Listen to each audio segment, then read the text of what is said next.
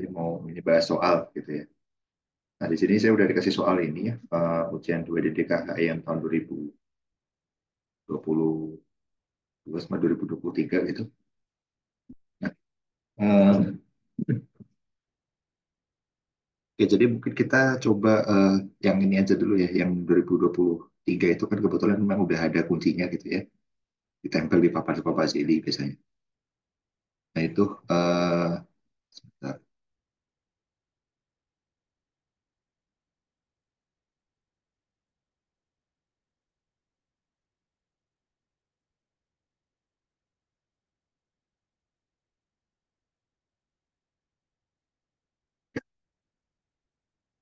Oke. Nah, di sini itu kayak soal nomor satu ya, itu tuh seorang mahasiswa tugas akhir akan mendaftar peserta pH5 konsentrasi 0,05 molar mililiter pKa sama 0,76. Nah, kesetimbangan asam basa buffer asetat ya seperti ini ya. Gitu. Jadi asam apa? Jadi ini pada dasarnya itu kita suruh menentukan apa namanya hubungan dari spesi asam dan spesi basanya si buffer asetat itu apa sih gitu. Jadi kan kita tahu bahwa buffer asetat itu spesi asamnya ya kayaknya nggak kelihatan lagi.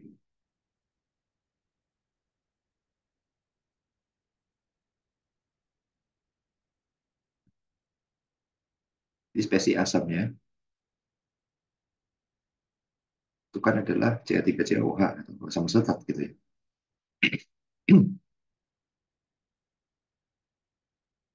Nah, sedangkan spesi basanya itu adalah ya basa konjugatnya dari CH3COH gitu ya.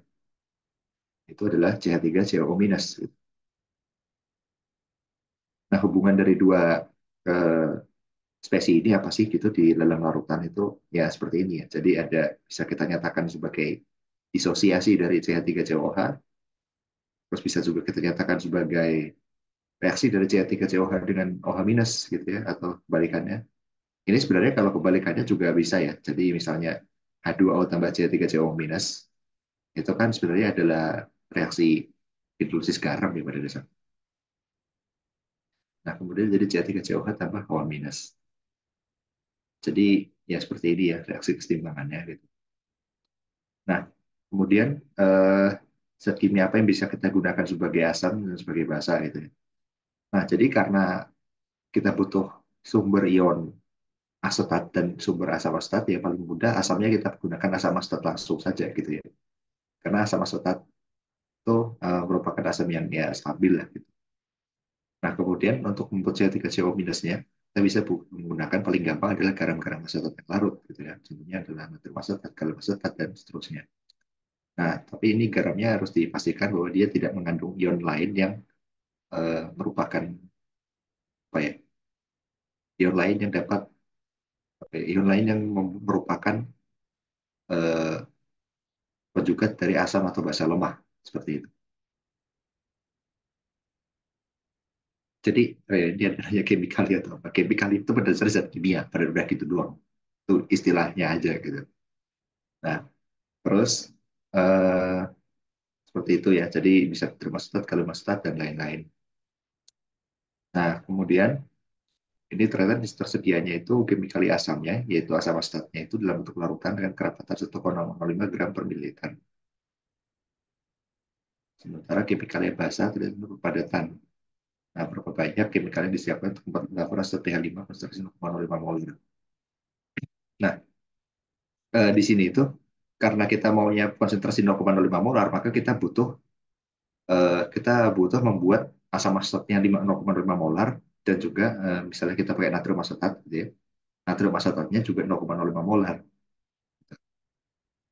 Nah, jadi gimana caranya? Ya, kita harus ini dulu ya, membuat dulu seperti itu. Kita tentukan dulu kita butuh larutan ini itu berapa banyak gitu. Nah, jadi ya ini ya membuat buffer 0,05 molar itu butuh stok asam asetat 0,05 molar dan natrium asetat 0,05 molar.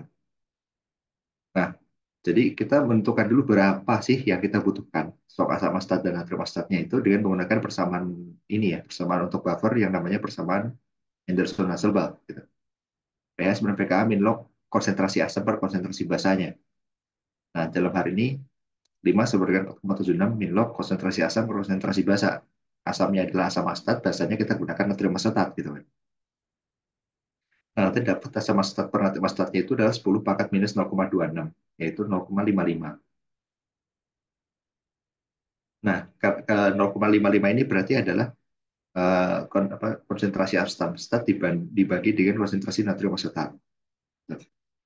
Nah, jadi konsentrasi asam asetat per konsentrasi asam asetat ini 0,55 itu sebanding dengan perbandingan volume. Kenapa? Karena eh, kita kan tadi menggunakan asam asetat 0,05 molar dan natrium asetat 0,05 molar gitu ya. Jadi nanti eh, ini kan perbandingan konsentrasi sebenarnya, perbandingan konsentrasi asam asetat per natrium asetat di akhir gitu ya. Jadi CH3COO minus HC3COH per CH3COO minusnya itu adalah 0,55 gitu kan. Nah, CH3COH-nya itu konsentrasi CH3COH itu sendiri didapat dari apa? Itu didapat eh, dari pengenceran gitu ya. Pengenceran itu gimana? Ini kan kita menambahkan sekian volume asam asetat 0,05 molar campurkan dengan sekian volume natrium asetat 0,5 molar sedemikian rupa sehingga volume totalnya 200 ml gitu. Nah, jadi ini kan sebenarnya konsentrasi CH3COH yang dimasukkan ke sini itu kita dapat dari apa sih? Dari volume CH3COH stoknya yang 0,05 molar gitu ya. Dikalikan dengan 0,05 molar, sorry, nggak cukup di sini. Uh, Oke, jadi kalau kita pakai rumus pengenceran gitu ya, itu kan M1V1 sama dengan M2V2 gitu ya. Nah, di awal itu konsentrasi dari si CH3COH itu adalah 0,05 molar gitu. Terus volume dari CH3COH aja kita belum tahu. PCH3COOH. Ya. Nah, konsentrasi akhirnya sama kita juga nggak tahu sih sebenarnya gitu ya. Konsentrasi akhirnya kita nggak tahu, tapi kita tahu bahwa dia tuh kita tahu perbandingannya dia dengan yang natrium asetat gitu kan. Jadi nanti jadi M2-nya kita bisa tulis sebagai konsentrasi C3COH aja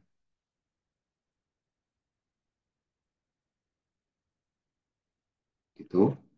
Dikalikan volume 2. Volume 2 itu adalah volume total akhir gitu kan. Dalam hal ini 200 ml. Nah, untuk yang satunya lagi natrium asetat sama kita juga bisa melakukan ini gitu ya. Volume natrium asetat. Nah, sama dengan konsentrasi natrium asetat dikali 200 ml.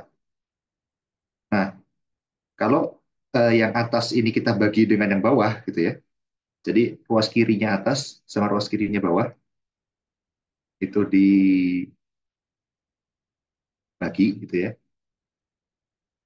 Nah, jadinya nanti gini, 0,05 molar dikali volume CH3COOH bagi dengan 0,05 molar dikali volume CH3COONA ya, sama dengan konsentrasi CH3COOH per konsentrasi CH3COONA kali 200 ml juga 200 ml.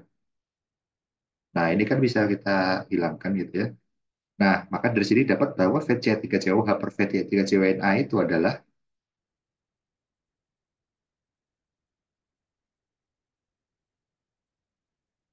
sama dengan perbandingan konsentrasi CH3COH per CH3CONA yang dalam hal ini adalah 0,05. Makanya di sini kita bisa bilang bahwa 0,55 ini sebanding dengan perbandingan volume. Seperti itu. Nah, dari sini kita dapat bahwa volume asam asetatnya itu adalah ya 0,55 per 1,55. 1,55 itu dapat dari mana? Dari totalnya ya. Jadi 0,55 per 1 tambah 0,55 gitu. Kali 200 mili. Jadi ini tuh Karena begini, berarti kan eh, VCH3COOH itu adalah 0, sorry itu bukan 0,5, 0,55 ya.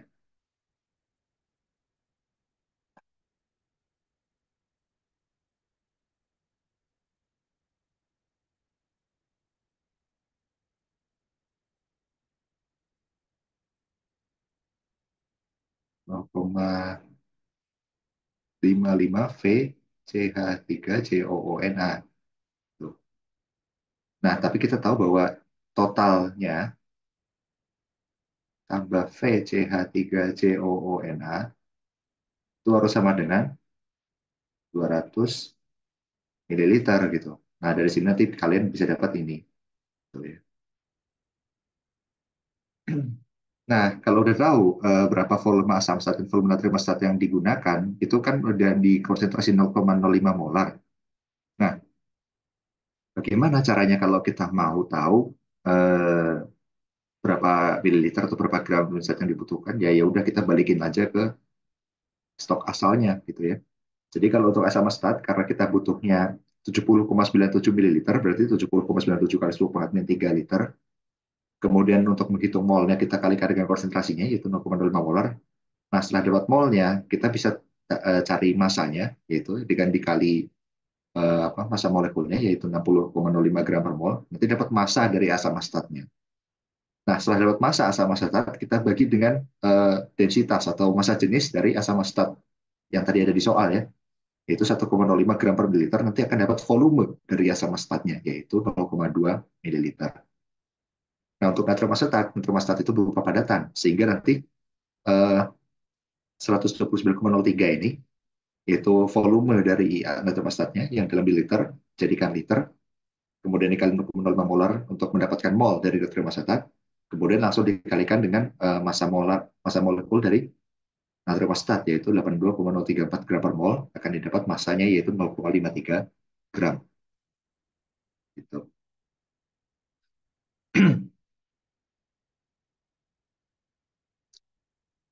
Oke, ini ada yang nanya, kita tahu konsentrasi asam asetat yang disediakan dari mana atau pakai asumsi aja? Oke, jadi mungkin sebenarnya ini agak ada salah ini sih, salah istilah sih. Ini sebenarnya bukan, jadi asam asetat itu kita adanya bukan dalam bentuk larutan ya sebenarnya. Itu sebenarnya harusnya dalam bentuk cairan gitu. Nah, karena dalam bentuk cairan berarti dia itu adalah asam asetat murni gitu kan. Asam asetat murni itu ya semuanya asam asetat, jadi konsentrasinya ya 100% gitu ya. Jadi ya langsung aja. Jadi massa apa 1,05 gram per mililiter ini tuh udah massa jenis asam asetat. Jadi kalau kita udah tahu massa asam asetatnya, bisa langsung kita ubah ke volume dengan menggunakan data ini. Itu seperti yang tadi ada di bawah.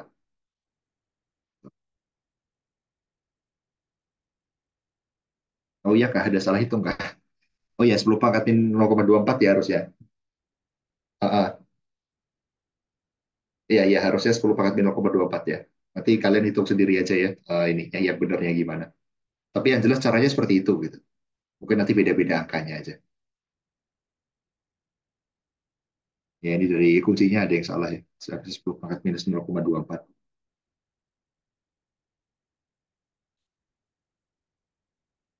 Oke, ada lagi yang mau ditanyakan? Oke, konsentrasi natrium asetatnya itu 0,05 ya. Itu karena kita mau bikin konsentrasi buffernya 0,05 gitu. Jadi kalau kita mau bikin buffer asetat pH 5 konsentrasi 0,05 molar, berarti kita harus membuat kedua komponennya, yaitu asam asetat dan natrium asetat, masing-masing 0,05 molar dulu. Kemudian baru kita campurkan gitu. Itu itu merupakan cara pembuatan buffer yang paling mudah gitu. Jadi buat dulu asam asetatnya 0,55 molar, buat dulu natrium asetat 5 molar, baru nanti kita campurkan sesuai dengan rasio molnya gitu. Kayak ada nanya dapat volume totalnya dari mana? Ini ya, nih ada di soal 100 ml. Kemudian volume CH3CONA-nya dapat satu. Sebenarnya bukan volume CH3CONA-nya satu ya, tapi lebih ke ini perbandingannya gitu. Jadi kenapa dia dapat 0, jadi kenapa maksudnya kenapa 1 per 1,55 gitu kan? Itu tuh karena ini. Jadi kalau kita udah dapat VC3COH sama dengan 0,55 VC3CONA, sedangkan VC3COH tambah VC3CONA itu adalah 200 ml, nanti kan gini, eh, maka nanti kamu bisa dapat bahwa volume dari CH3COOH sebenarnya itu ini caranya adalah VC3COH itu adalah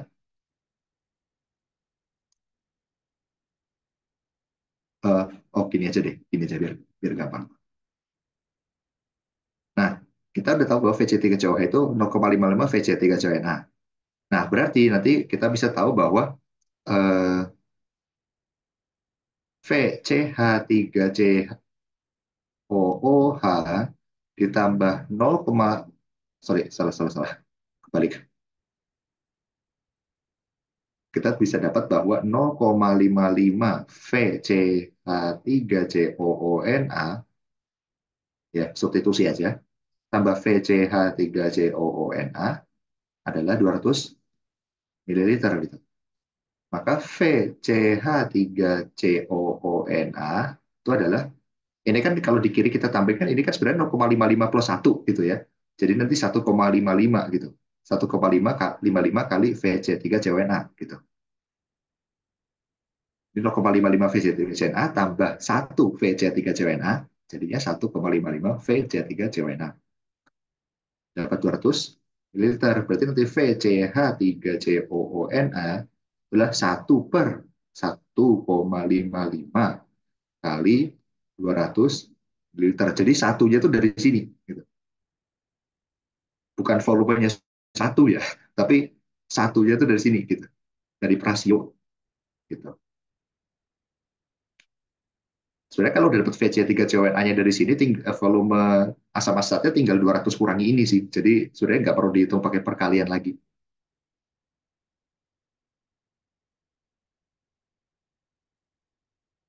Oke, udah paham tadi yang nanya? Silakan. Oke. Ada lagi yang mau ditanyakan? Mungkin untuk soal buffer ini.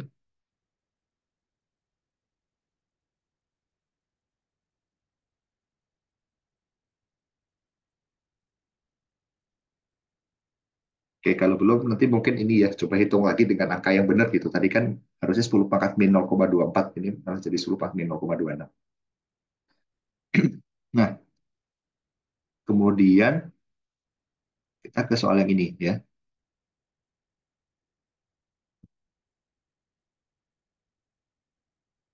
Oke, ini ada silika yang disebut dari datum tropis. Silikanya diubah secara kimia dengan menempelkan glusimidazol. Silika yang dimodifikasi digunakan sebagai matriks kromatografi kolom pemisahan campuran protein albumin dan imunoglobulin. Oke, datanya seperti ini. Nah, jadi di sini kita sudah menyarankan kondisi pH buffer pengikat yang cocok untuk digunakan dengan albumin. Nah, jadi pada dasarnya di sini kita prinsipnya adalah ini ya, apa ikatan ion gitu. Jadi kalau suatu protein ini jadi protein itu punya PI gitu kan. Kalau pH-nya di bawah PI, gitu ya. Kalau suatu protein punya pH di bawah PI, gitu, maka nanti eh, protein itu akan bermuatan positif, gitu, ya. Nah, sedangkan kalau suatu protein itu punya pH di atas PI, PI itu titik isoelektrik gitu ya. Nah, itu nanti dia akan bermuatan negatif, gitu. Nah, jadi di sini eh, sifatnya gitu ya. Jadi kalau suatu protein itu ada di PI dia nol, kalau pH-nya kurang dari PI dia positif, kalau pH-nya lebih dari PI dia negatif, proteinnya bermuatan negatif. Nah, kemudian untuk buffer, jadi untuk glucosimidazole ini ya, glucosimidazole ini merupakan suatu basa gitu ya. Jadi si siapa imidazole ini gitu ya, Imidazolin itu merupakan suatu basa gitu ya, yang pKa asam konjugatnya 6,95. Berarti kan nanti pKa asam konjugatnya 6,95. Berarti nanti dia tuh sebenarnya dalam bentuk BH plus gitu ya. Nah, BH plus ini itu kesetimbangan dengan B, bentuk netralnya gitu. Jadi bentuk asamnya itu BH plus, kemudian bentuk netral itu B. Nah, jadi ini ketika pH-nya kurang dari pKa, maka kolom akan bermuatan positif karena dia dominan di pH plus. Sedangkan kalau ketika dia apa namanya pH-nya lebih dari pKa, maka dia akan dominan di bentuk basanya B yang mana dia itu netral gitu. Nah, kemudian di sini supaya eh, jadi di sini kolomnya itu bisa bermuatan positif atau netral, proteinnya itu bisa bermuatan positif, netral ataupun negatif gitu.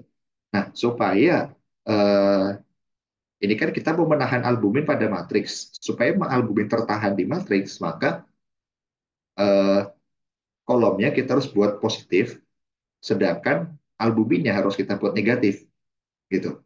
Sebenarnya sebaliknya juga bisa, kolomnya kita buat negatif, albuminnya kita buat positif itu juga bisa gitu. Cuma dalam kasus ini nggak mungkin ya, karena kolomnya nggak mungkin berbuatan negatif di sini.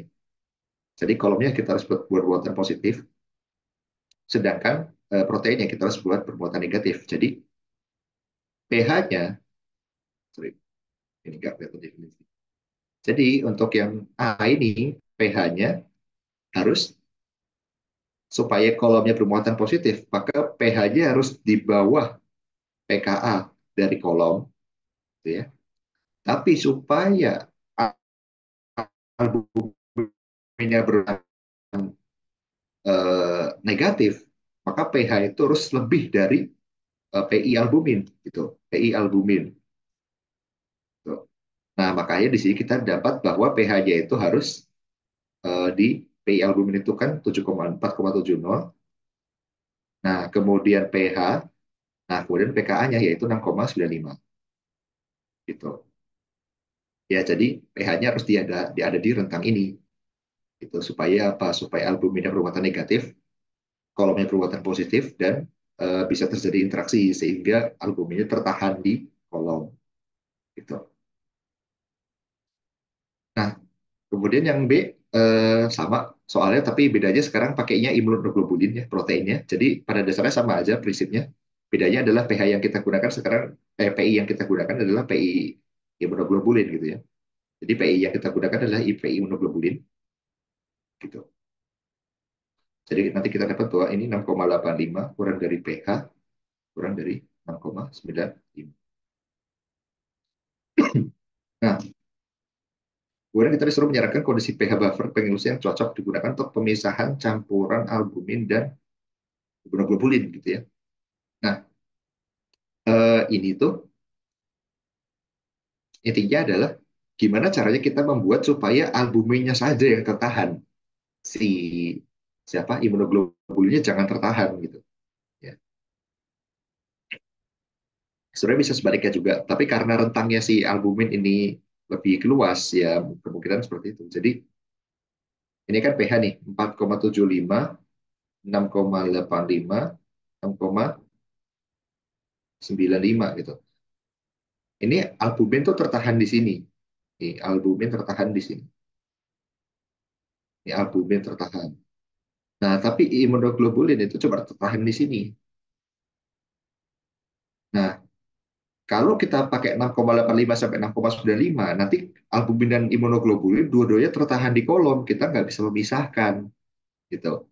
Supaya kita bisa memisahkan, maka kita harus membuat supaya salah satunya terikat, tapi salah satunya lagi tidak, gitu. Salah satunya terikat di kolom, salah satunya tidak lolos, lolos aja gitu, nggak terikat di kolom. Yaitu makanya kita menggunakan pH yang di sini, gitu ya. Kita gunakan pH 4,75 sampai kok 4,75 sih? Ya 4,70 ya, sorry, sorry. 4,70 sampai 6,85 gitu. Karena pada rentang pH ini albumin terikat sedangkan imunoglobulin tidak gitu. Nah, makanya kita bisa memisahkan dua protein ini. Oke. Terus yang D, kalau ada kimikalia ini, campuran yang cocok membuat buffer pengelusi ya ini harusnya. Dan ini kayaknya ada salah ketik lagi deh. Ini harusnya salah satunya ini adalah ini ya apa? Salah satunya ini harusnya ada yang hidrogennya dua gitu. Jadi campurannya itu harusnya intinya buffer fosfat. Jadi kan dia merupakan sistem buffer fosfat. Buffer fosfat itu ada yang jadi buffer fosfat itu melibatkan 4 spesi. Ada spesi P, ada spesi H3PO4, ini spesi yang paling asam. Kemudian ada spesi H2PO4 minus, kemudian ada spesi HPO4 2 minus, dan ada spesi PO4 3 minus. Ini yang paling basah. Nah, kenapa ada 4 spesi itu karena H3PO4 itu merupakan asam yang triprotik gitu ya. Jadi bisa melepas protonnya itu tiga proton yang bisa dilepas. Nah, dalam kasus ini pH yang kita mau itu adalah sekitar 4,7 sampai 6,85 gitu. Ya. Nah, jadi 4,7 sampai 6,85 itu sebenarnya memang ini ya, apa namanya, apalagi di 6,85-nya itu kan udah mendekati netral gitu ya. Jadi memang ini sih apa perlu tahu juga bahwa H3PO4, H2PO4 minus, HPO4 2 minus, dan PO43 minus ini tuh punya ini ya apa sorry, H3PO4, H2PO4 minus sama HPO42 minus itu memiliki pKa-nya masing-masing. Ya, jadi kan ada apa namanya tiga Ka ya untuk asam asetat asam fosfat karena asam fosfat ini merupakan asam yang triprotik gitu ya. Nah, jadi di sini ternyata memang yang paling dekat dengan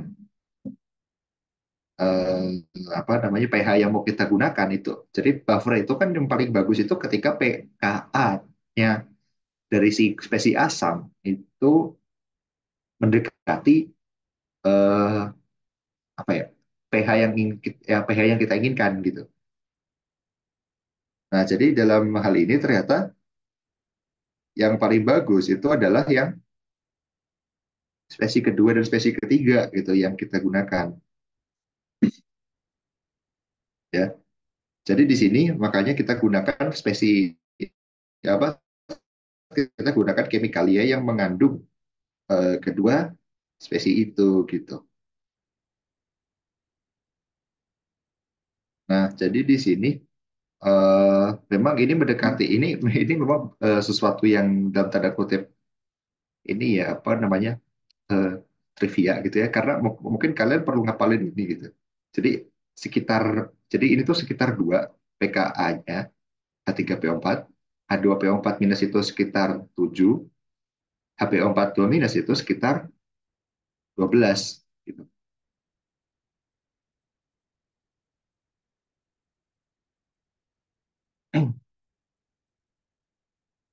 Nah, jadi kalau misalnya buffernya itu mendekati 7, berarti kita pakainya ini.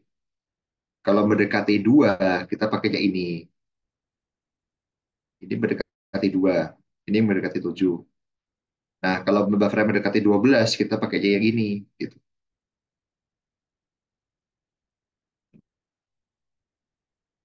Nah, jadi dalam kasus ini karena kita pakainya itu 4,7 sampai 6,85, itu kan memang paling dekatnya dengan 7 ya. Walaupun nggak dekat-dekat amat sih. Gitu. Nah, makanya kita pakainya yang spesies yang kita pakainya kimikalia yang mengandung H2PO4 minus dan HPO4 2 minus. Gitu.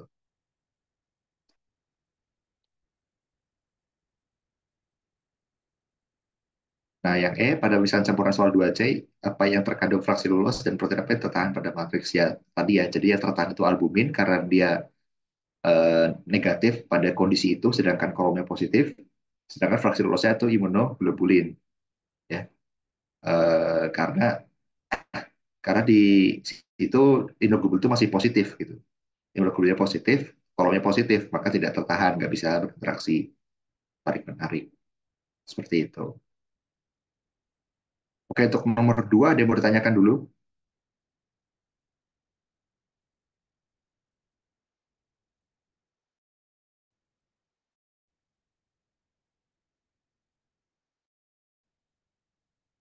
Oke. Jadi maksudnya ditolak keluar oleh kolom itu maksudnya adalah dia nggak tertahan di kolom gitu. Jadi dia lolos aja gitu, nggak tertahan di kolom. Itu maksudnya ditolak keluar karena dia tidak berinteraksi dengan matriks dari kolomnya gitu.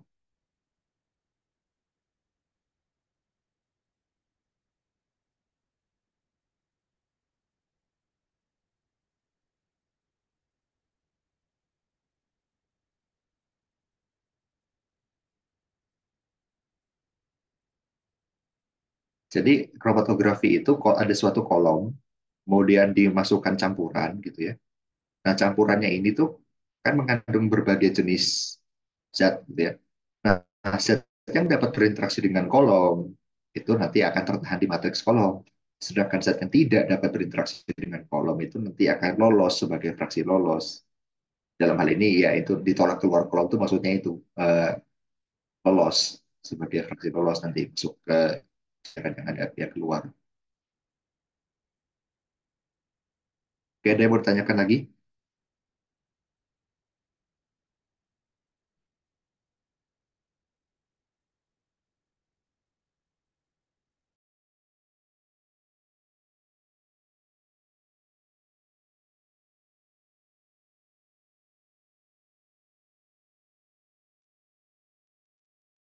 Oke, gimana caranya suatu kolom dapat berinteraksi itu ya sebenarnya tergantung ya. Jadi misalnya kolomnya tuh kolom bermuatan negatif gitu, ya berarti proteinnya harus bermuatan positif supaya bisa berinteraksi gitu. Jadi ya nggak selalu kolomnya bermuatan positif kemudian proteinnya bermuatan negatif gitu ya. Jadi tergantung dari kolomnya itu sendiri dan dari proteinnya itu sendiri gitu. Jadi kalau misalnya kolomnya ternyata bermuatan negatif, ya berarti yang bisa berinteraksi adalah protein yang bermuatan positif gitu. Dan interaksi itu memang nggak selalu ionik ya gitu. Nanti ada juga interaksi yang berdasarkan apa namanya cuma misalnya ikatan hidrogen saja gitu misalnya karena ada banyak gitu seperti itu. Tapi memang yang paling sederhana adalah yang berdasarkan muatan gitu ya. Oke, ada yang tanyakan lagi?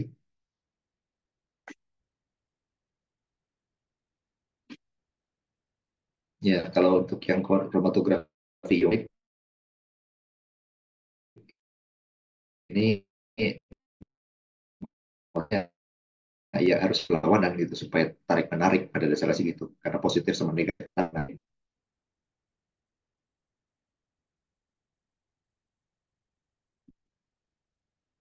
oke, ada lagi?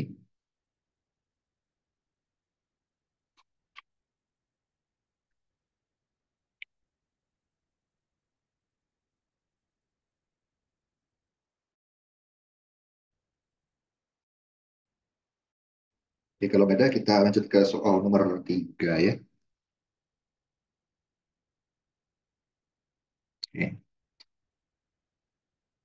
Ya ini sebenarnya teori sih. Studi kasus COVID-19 itu saat waktu merupakan pernah dipertemukan spike protein yang fungsi untuk menembakkan virus Christopher S2. Nah, ini kita suruh menjelaskan teknik yang digunakan untuk melakukan ini ya, tahap-tahapan ini gitu. Nah, jadi di sini kalau kalian ingat hmm, COVID-19, SARS-CoV-2 ya, virus yang menyebabkan COVID-19 itu merupakan virus yang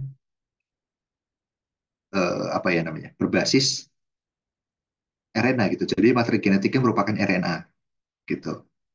Nah, jadi di sini untuk mengisolasi mutan virus corona SARS-CoV-2 baru ini,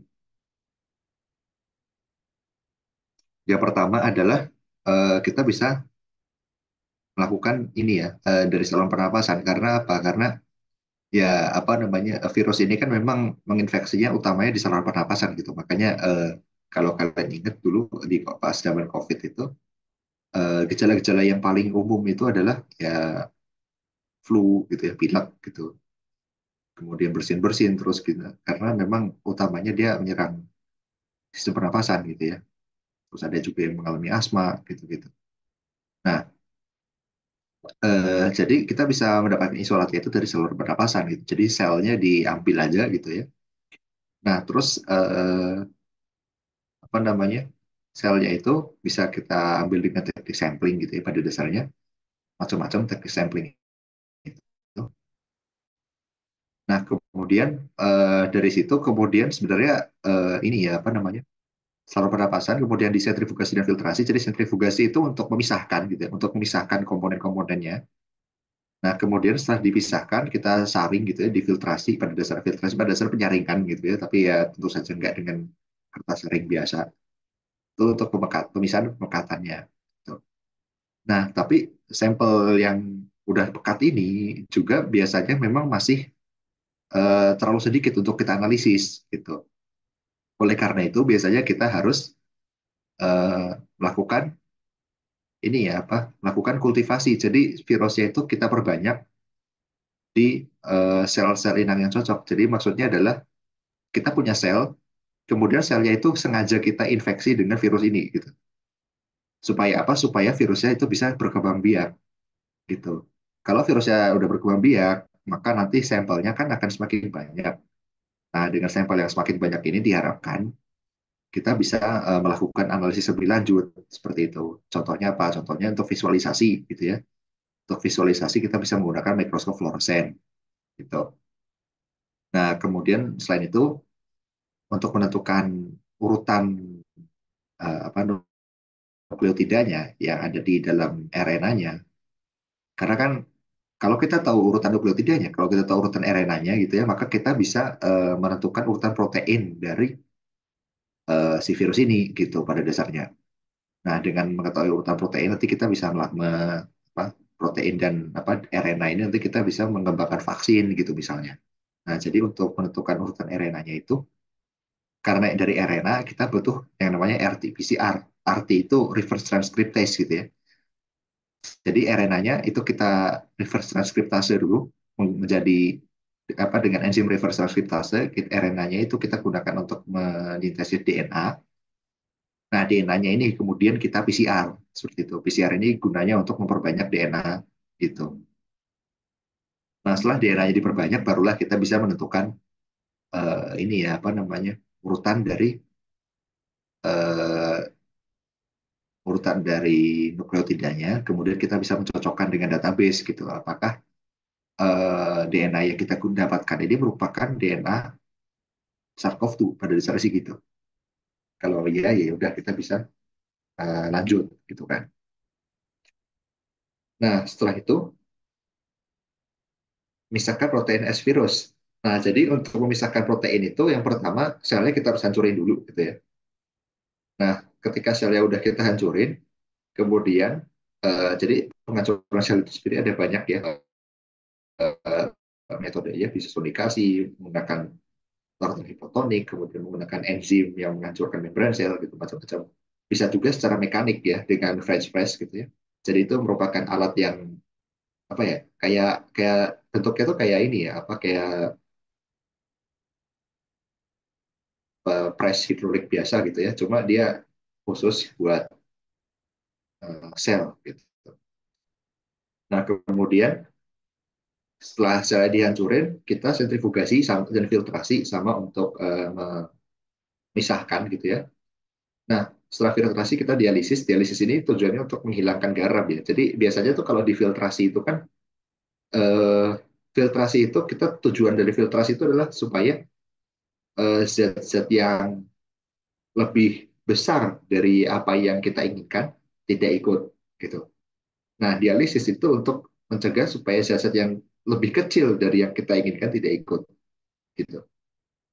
Jadi filtrasi itu untuk menghilangkan pemotor yang lebih besar dari sampel kita gitu ya. Sedangkan dialisis itu kita gunakan untuk menghilangkan pemotor yang lebih kecil dari sampel kita. Biasanya sih seperti itu. Nah, kemudian untuk pemurniannya kita bisa menggunakan kromatografi. Nah, kromatografi apa yang digunakan? Biasanya sih kalau untuk protein yang udah eh, banyak diteliti seperti protein S SARS-CoV-2 ini kita bisa menggunakan kromatografi afinitas gitu. Jadi nanti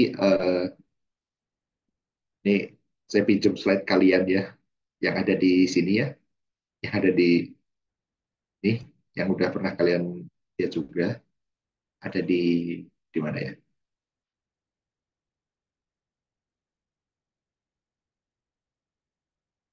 Nah ini ya. Jadi kalau kromatografi afinitas itu nanti kolomnya itu ada ininya, ada antibodinya gitu. Ada protein yang secara spesifik mengenali protein yang kita mau. Dalam kasus ini protein S gitu. Nah, nanti kalau udah gitu, ya udah kita masukin aja. Kemudian nanti protein S-nya bisa menempel di antibodi ini pada dasarnya gitu. Yang lainnya keluar karena dia tidak dikenali oleh antibodi. Nah, kemudian baru nanti eh, setelah antibodinya mengikat protein yang kita mau, baru kemudian proteinnya itu kita lepaskan dengan dielusi.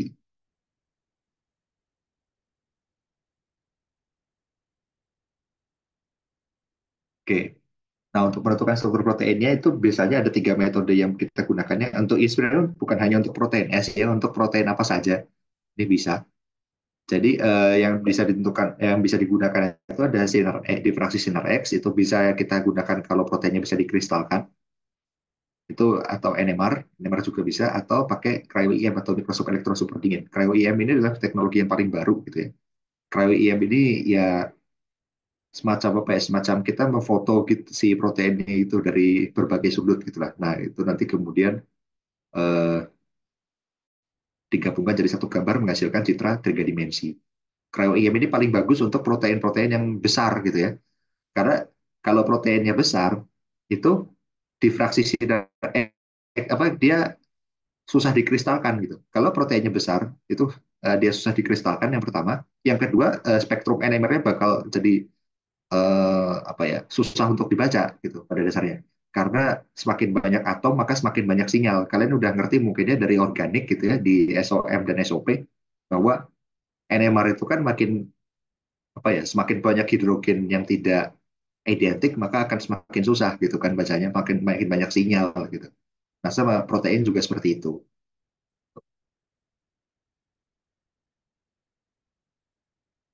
Oke dari dua nomor tiga ini ada yang bertanyakan dulu.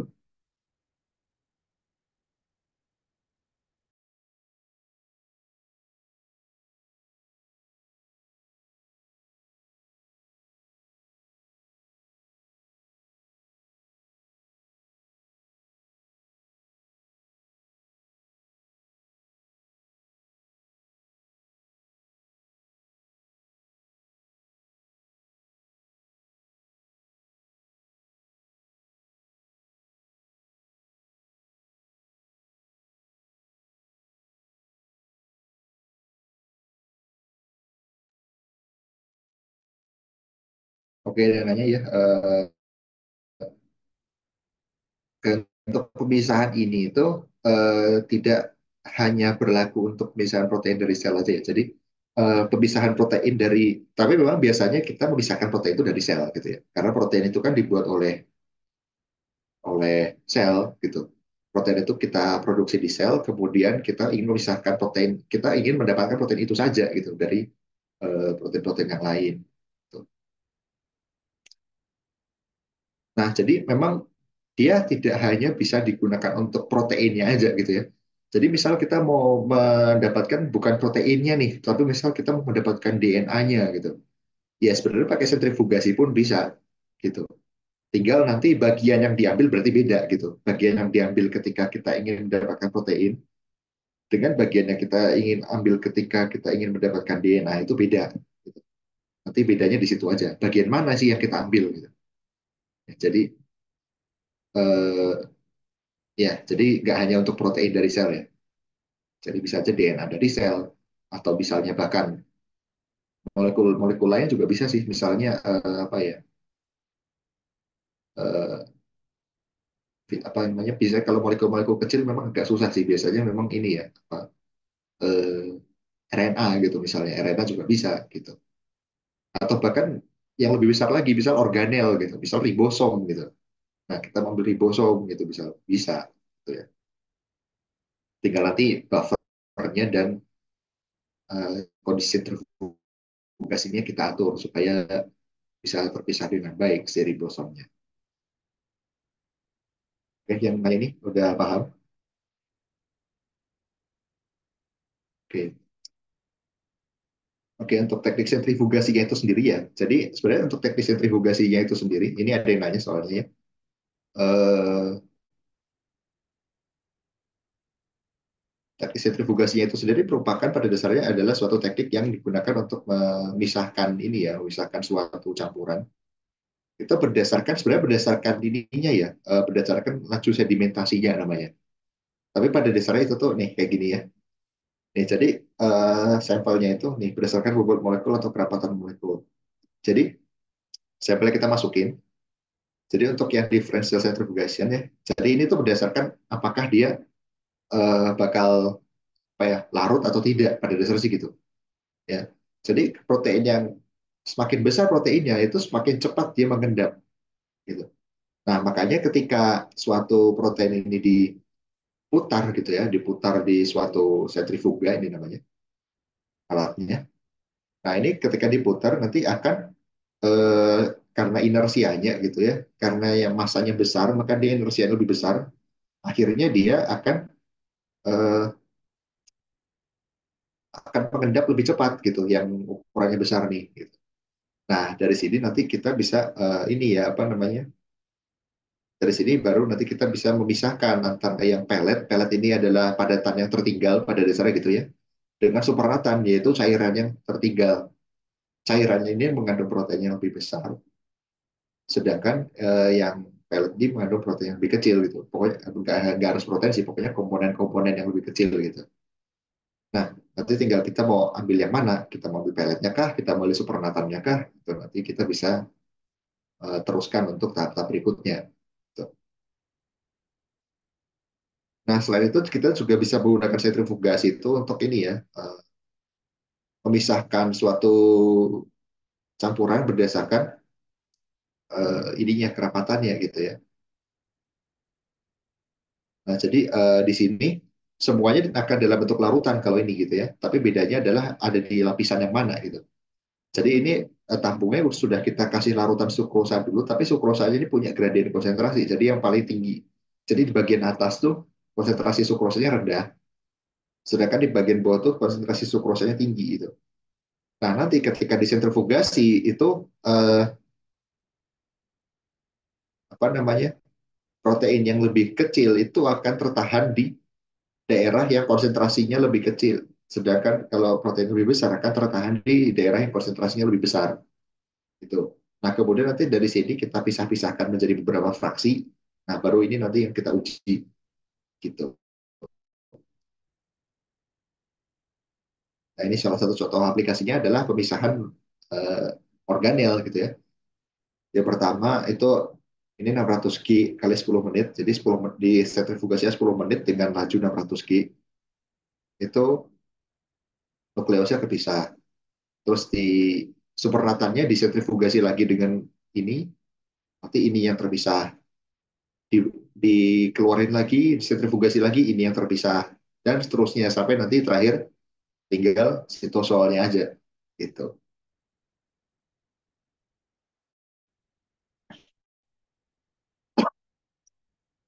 Oke, sudah jelas tadi ada yang bertanya? Oke. Oke, jadi untuk ujian yang tadi, yang ini udah ya, sudah selesai. Nah, sekarang kita coba ke ujian yang ini ya, tahun 2022 ya, ini. Oke, oke, di sini eh, ya soalnya gini ya.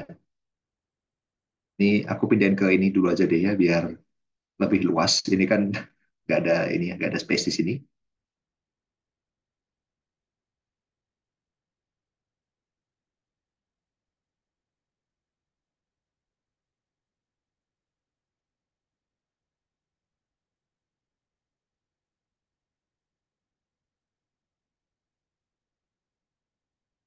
Oke, udah kelihatan ya?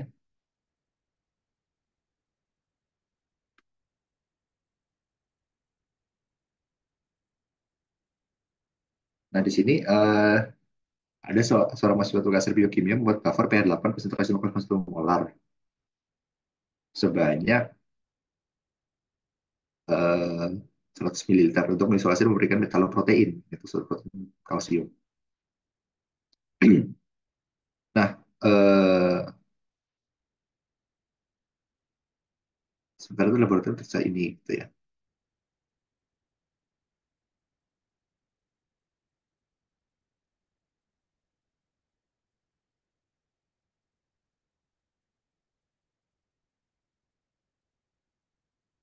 Nah, ini jenis asam dan basa konjugat apa yang cocok digunakan untuk membuat buffer ini, gitu ya.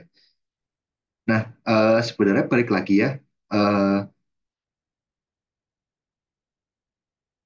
balik lagi ke ini ya, apa namanya, tadi sifat yang tadi ya. Jadi, si buffer itu paling bagus kalau dia pKa dari apa namanya spesies asamnya itu mendekati pKa dari sorry mendekati pH yang kita inginkan gitu. Jadi semakin dekat pKa dari si basanya dengan pH yang kita inginkan maka buffernya akan semakin bagus, gitu ya.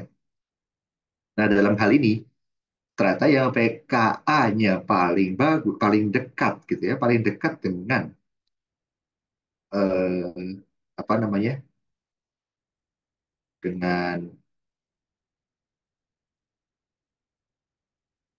pH yang kita inginkan yaitu pH 8 itu adalah ini ya, trisidroksimetil aminometan HOCH2 3 kali CnH2 pKa-nya 8,06 mR sekian gitu ya. Nah, jadi nanti asamnya itu adalah ini ya. Sorry, kalau ini bahasanya ya berarti. Bahasanya bahasanya itu adalah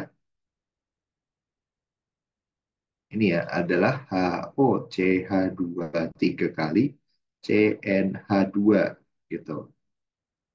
Nah, sedangkan asamnya Nah, asapnya itu kan sebenarnya kita butuhnya ini ya, apa HOCH2 3 kali CnH3 plus gitu. Karena asam konjugatnya dari basa ini kan itu gitu. Nah, tapi itu tuh nggak ada di sini gitu kan. Nah, karena nggak ada di sini, berarti kita harus membuat eh, asam konjugatnya itu harus kita buat dengan mereaksikan basa dengan asam kuat. Dalam hal ini apa? HCl gitu. Jadi dengan mereaksikan basa lemah, yaitu tris hidroksimetal ini dengan HCl, itu nanti kita akan mendapatkan basanya, sorry, kita akan mendapatkan asamnya gitu, asam konjugatnya.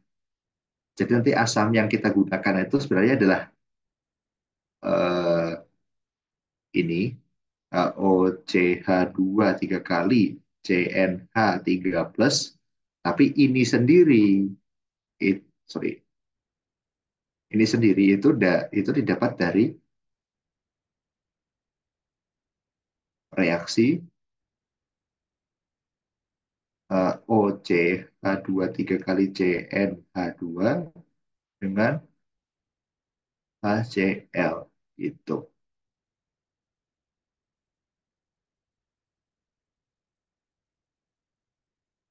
Oke, paham?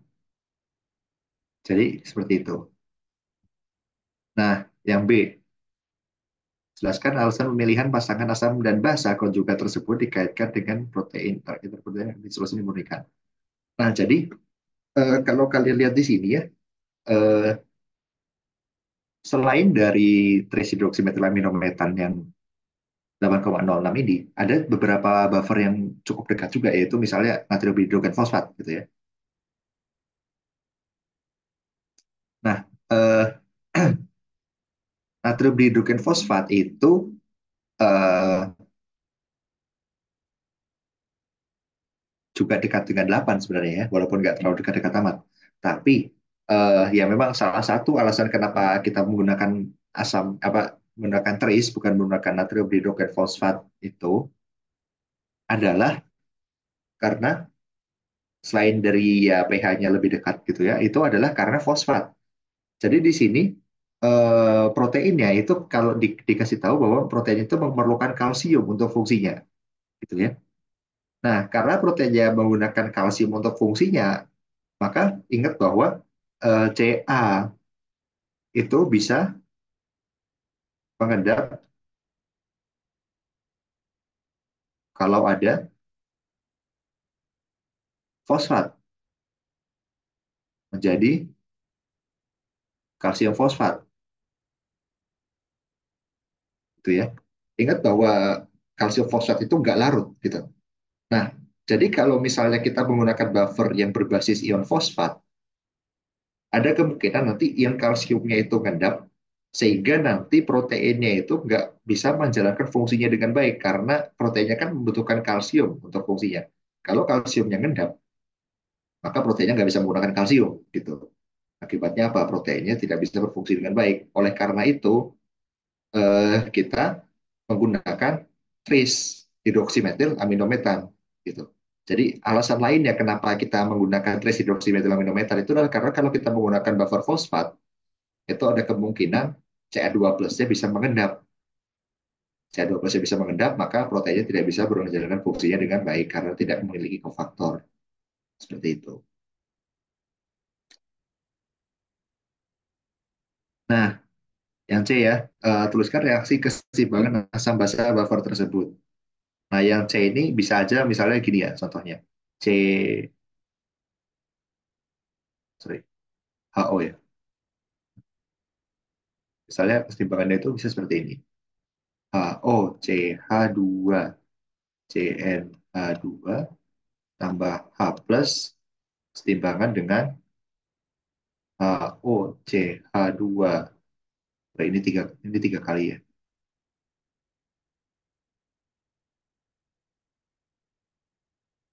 Tiga kali, CnH2, H2 tiga kali, CnH3 plus. Gitu. Nah, berapa banyak asam dan basa konjugat yang diperlukan untuk membuat buffer dengan pH 8, konsentrasi 0,1 molar sebanyak 100 ml. Nah, kalau begini, ya, sorry.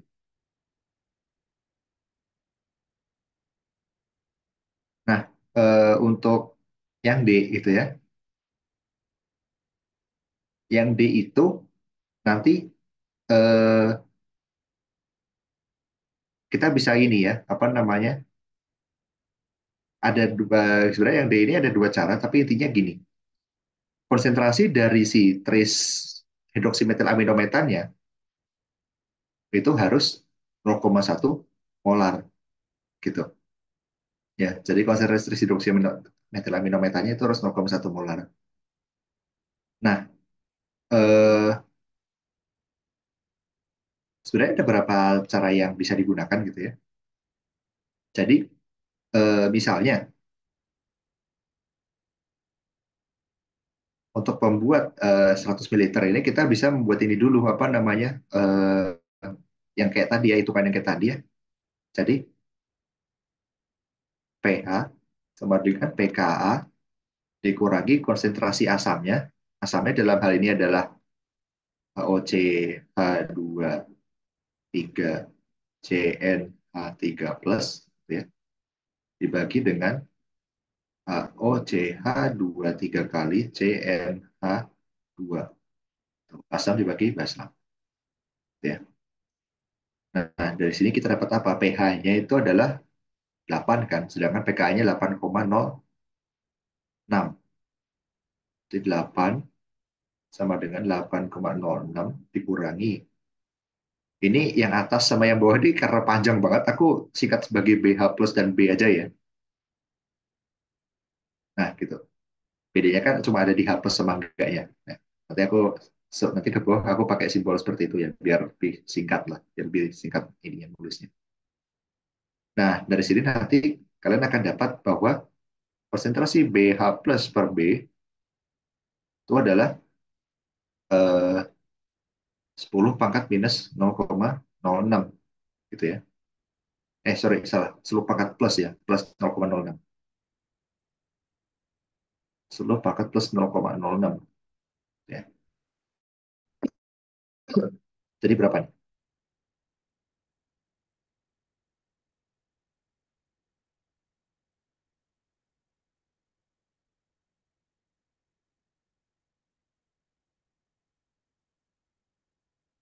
Ini aku dapatnya 1,15 gitu ya. 1,15. Nah, setelah dapat 1,15, berarti kan nanti kita bisa dapat bahwa pH plus itu adalah 1,15 dari P. Gitu ya. Nah, berarti eh, di sini,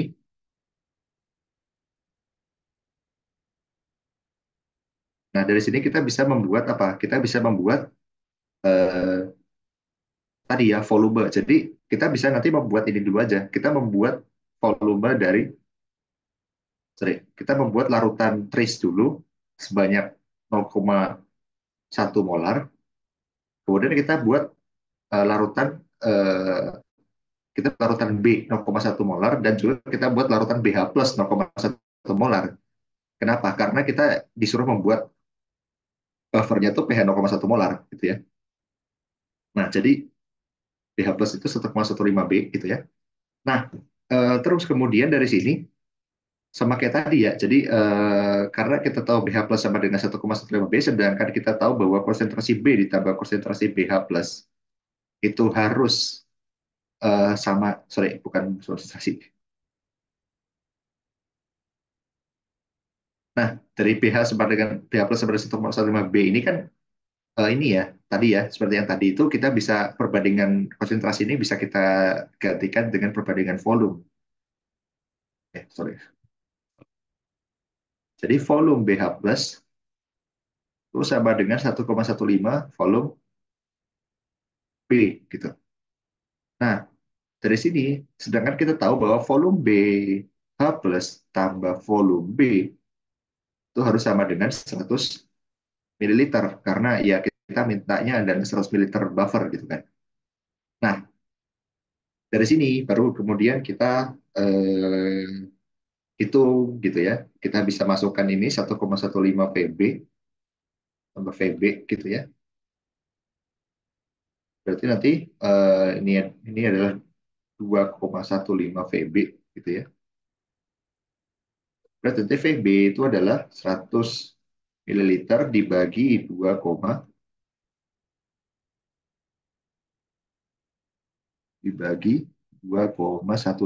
gitu ya. Di sini hasilnya adalah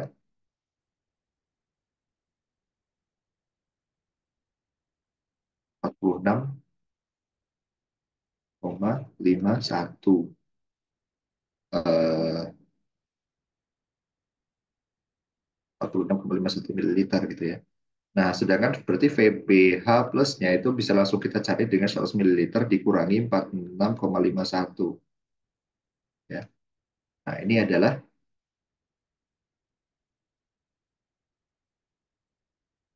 53,49 tuh.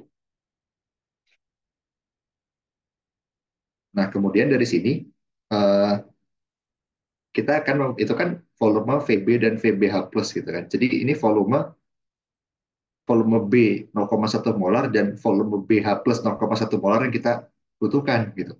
Nah, sekarang bagaimana sih kita membuat larutannya itu sendiri gitu ya. Nah, untuk yang B, untuk volume B, apa untuk massa dari ini ya, untuk membuat ya basanya gitu ya. Untuk membuat 46,51 mililiter larutan eh,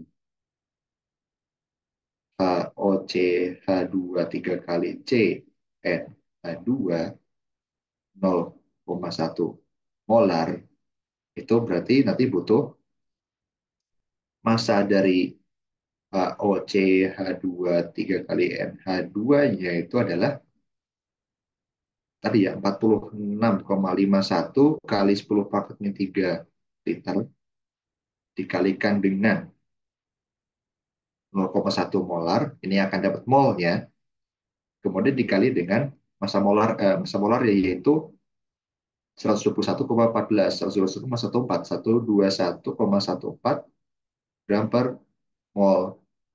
Tuh. Jadi berapa nih masanya?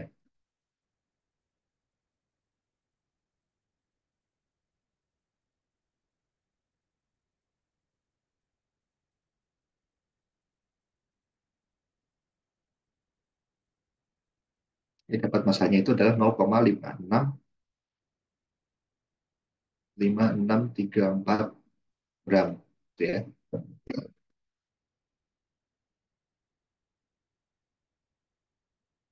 Nah, sementara itu, eh, untuk membuat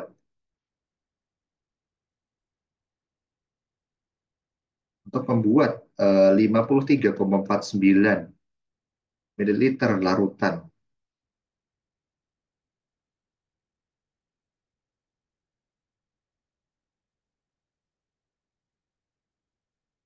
10 mililiter 53,4 mililiter larutan eh, yang asamnya ya HOCH2 3 kali CnH3 plus 0,1 molar itu kita gunakan reaksi dari apa namanya si basa dengan asam klorida yang merupakan asam kuat. Jadi nanti kita butuh berarti nanti eh, karena reaksinya kan gini.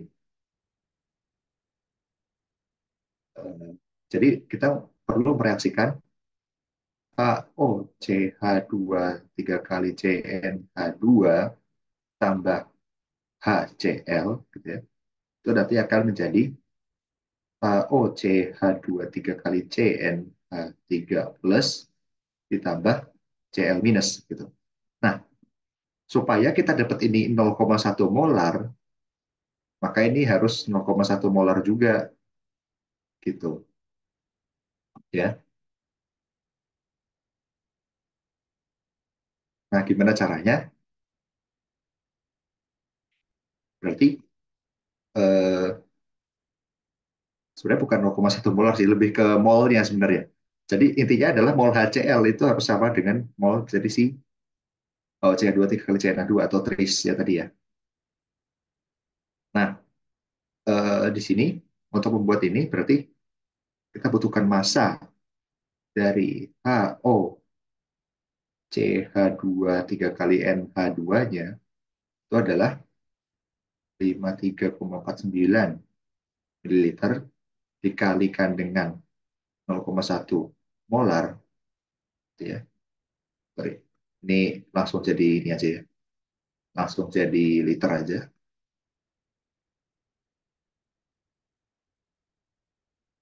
Nah, dikali dengan 0,1 molar ya.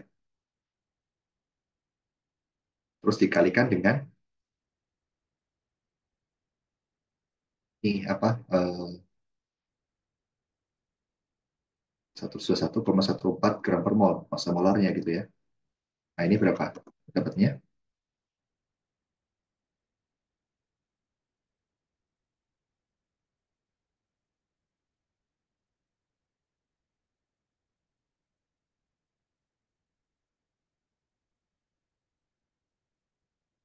Ini 0,6480 gram gitu.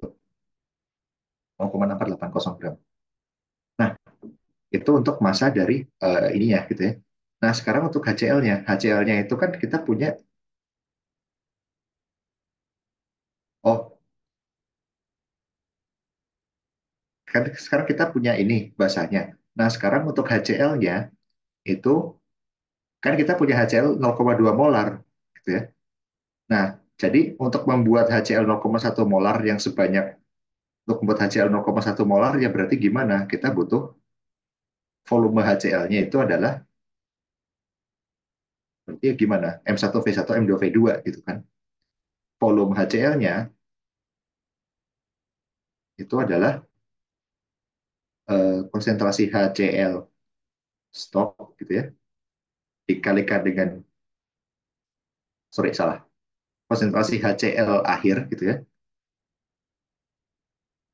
dikalikan dengan volume Jadi, sorry, itu dia konsentrasi HCl dikali volume total dibagi dengan konsentrasi HCl stok. Tuh. Nah, ini jadi dapat konsentrasi HCl yang kita mau kan 0,1 molar. Ya udah 0,1 molar. Dikalikan dengan volume total yang kita mau berapa? Bukan 153,49 ya. 53,49 mililiter gitu. Nah, kemudian dibagi dengan konsentrasi HCl stok yaitu 0,2 molar. Nah, ini kalau kalian hitung itu intinya tinggal 53,49 bagi 2 gitu. Nanti dapat volumenya adalah 26,74 mililiter gitu. Nah, jadi totalnya adalah secara total kita butuh massa OCH2 3 kali NH2-nya itu adalah 634 gram tambah 0,6480 gram ya. Itu adalah berapa? 34 tambah 0,6480. Jadi 1,2114 gram. Nah, sedangkan volume HCl-nya adalah 26,74 mililiter. Seperti itu.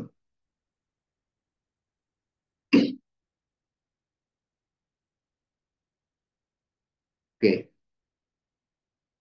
ini ada yang nanya ya 10 per 0,06 tadi dari mana? Itu dari ini ya, apa? 10 per 0. Nah, ini ya. Jadi, sorry, ini ada lognya. Sorry, aku lognya lupa. Nah, gitu. Jadi, karena ada lognya ya. Jadi, kan ini dapatnya nanti log BH plus per B sama dengan 0,06. Gitu ya. Berarti apa? 10. Berarti nanti BH plus per B itu adalah 10 pangkat 0,06. Gitu. Oke, yang tadi tanya gimana?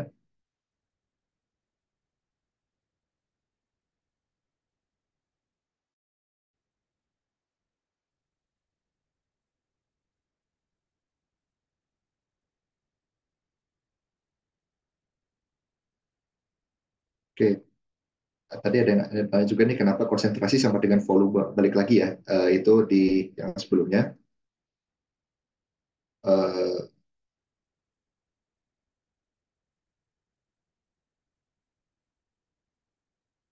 yang di sini ya. Nah, jadi ini ya, kenapa bisa kita kok apa kenapa perbandingan konsentrasi itu bisa kita jadi perbandingan volume? Itu ini yang kanan nih. Karena eh, pada dasarnya gini, M1 versus M2 pengenceran gitu ya. Jadi untuk berapa sih volume CH3COH yang kita pakai itu kita bisa tahunya dari sini 0,05 molar kali VCH3COH kalau dalam kasus yang buffer yang tadi gitu ya. Buffer yang tadi itu kan buffer asetat. Dia pakainya asam asetat sama natrium asetat. Nah, itu karena kita mau buat buffer asetat 0,05 molar, maka kita buat larutan CH3COH 0,05 molar dan CH3COH 0,05 molar gitu. Nah, di sini eh,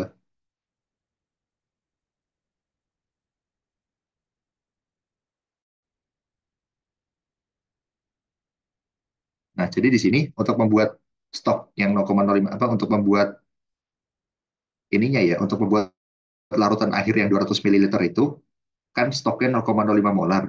Itu nanti caranya seperti ini.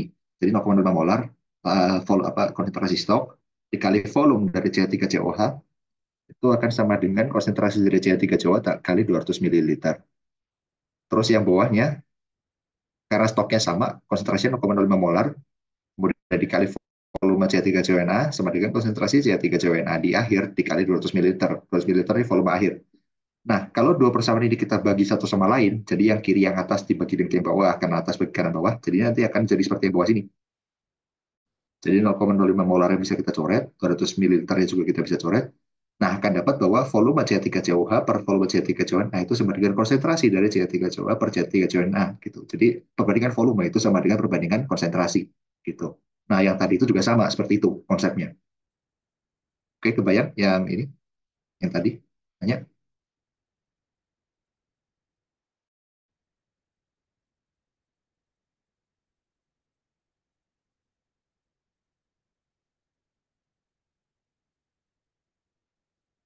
Oke. Terus ini ada yang nanya juga untuk yang basah ya, untuk yang basah kenapa massa molarnya nggak ditambahin H plus ya, nggak ditambahin satu satu gitu, karena kan ada H-nya, karena kan CNH 3 plus gitu kan ya. Nah itu karena H-nya itu kan didapatnya dari reaksi basa itu dengan HCl gitu. Jadi sebenarnya yang kita timbang tetap ini HOCH2 3 kali CNH2, tapi ketika dia bereaksi dengan HCl akan menghasilkan HOCH2 3 kali CNH3 plus gitu. Jadi H-nya si H plusnya itu tuh bukan dari basanya itu sendiri ya, tapi dari HCl. Oleh karena itu ketika kita mencari masanya, kita nggak perlu menambahkan kontribusi dari H plus ke situ gitu, karena H plusnya memang bukan dari basanya gitu, H plusnya memang dari HCl-nya itu gitu. Oke, yang nanya ini kebayang.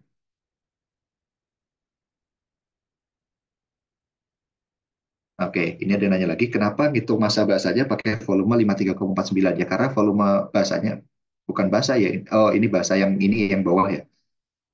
Sebenarnya gini, ini tuh eh, yang atas yang untuk membuat larutan 46,51 ml larutan HOCl3 CN2 0,1 molar itu adalah larutan basanya gitu.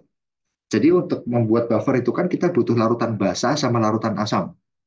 Nah, larutan basanya itu yang ada di atas itu, ya, yang 46,51 mililiter gitu.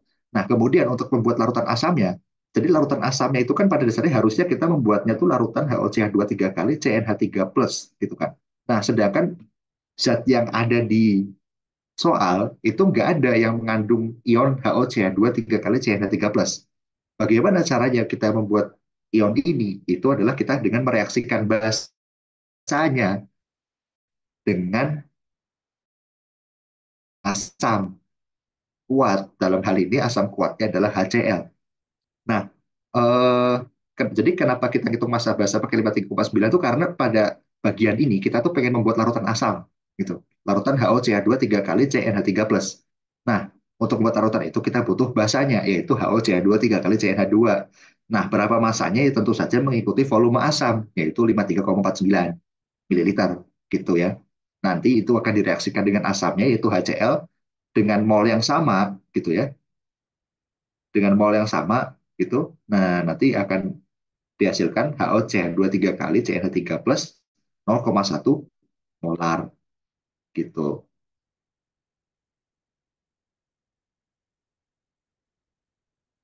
Oke, kebayang?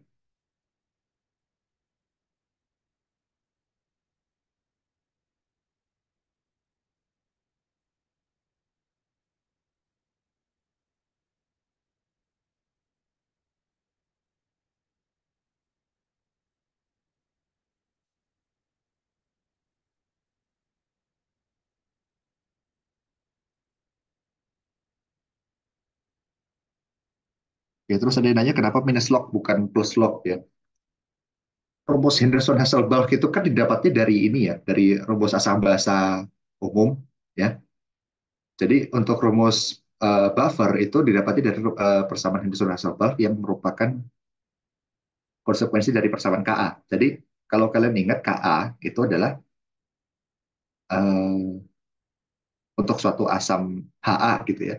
Ka itu adalah H plus A minus per Ha gitu kan.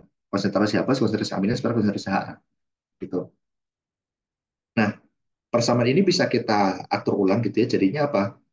H plus sama dengan Ka Ha per A minus. Nah, kalau kita kasih min log di depannya, jadinya apa?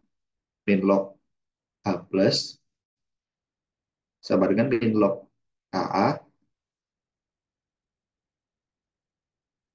A per A minus gitu kan.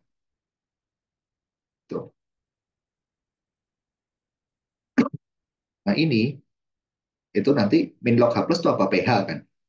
pH. Terus yang kanan itu kalau kalian ingat sifat log, log itu kan log perkalian itu kita bisa jadi penjumlahan gitu kan. Jadi nanti ini jadi min log Ka plus log Ha per A minus gitu. Nah, kemudian ini jadi sama dengan nah, ini aku ke atasin deh. Nah, itu nanti pH sama dengan min log Ka min log Ha per A minus. Nah, ini jadi pH sama dengan pKa. Min log Ka kan pKa ya. Min log Ha per A minus gitu. Nah, jadi ini pH sama dengan pKa min log asam perbasa gitu. pH sama dengan pKa min log asam perbasa. Makanya itu min log gitu ya. Kalau kamu mau pakai plus log, berarti nanti plus log basa per asam gitu. Jangan asam perbasa. Tuh. Sama aja sih sebenarnya. Karena kan kalau pecahan di dalam log dibalik, maka tandanya jadi dari min jadi plus. Gitu ya. Oke, paham yang nanya tadi? Oke, ini ada yang nanya lagi alasan pemilihan buffernya ya. Kenapa kita pakai ini maksudnya alasan pemilihan apa nih? Kenapa kita pakai trace hidroksi ini ya? Trace hidroksimetil aminometan atau gimana?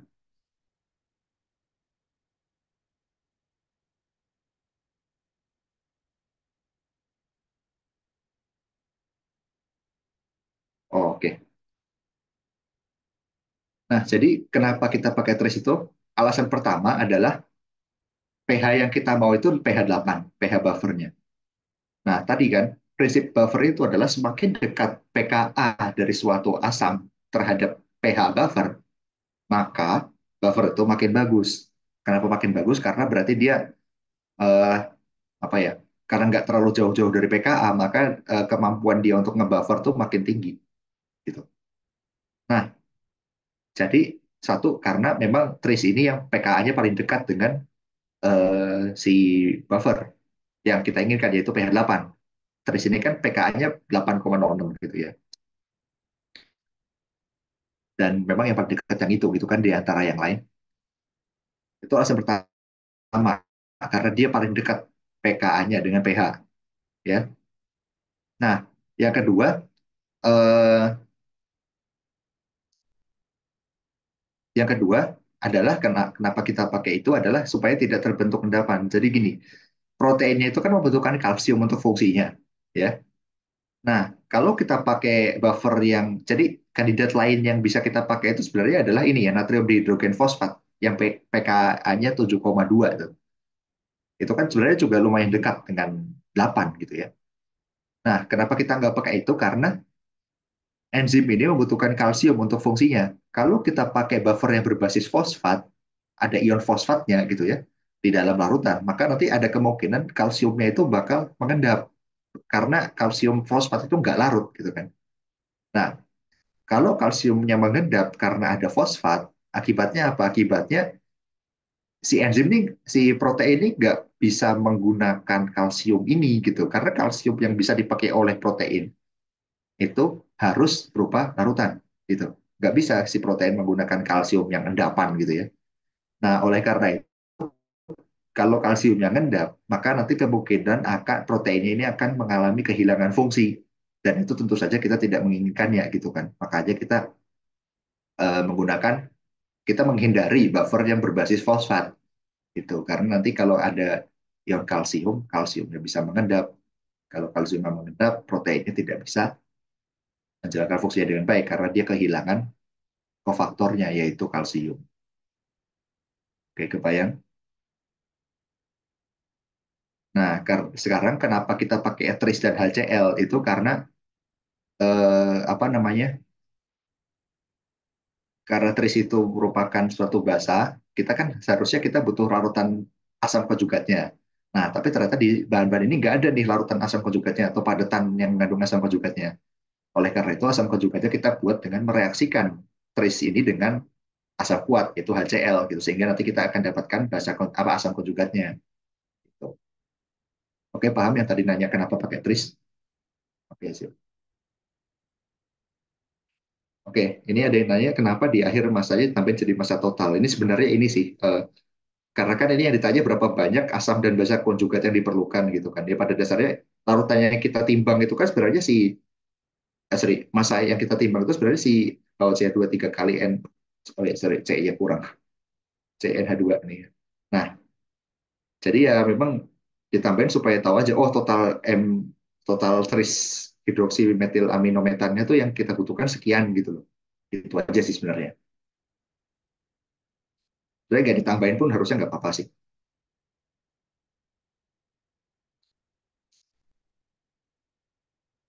Nah, terus tanyain karena tris itu basa, jadi direaksikan dengan HCl. Bisa nggak nanti ternyata yang diidentifikasi itu asam sehingga basa konjugasinya direaksikan dengan NaOH?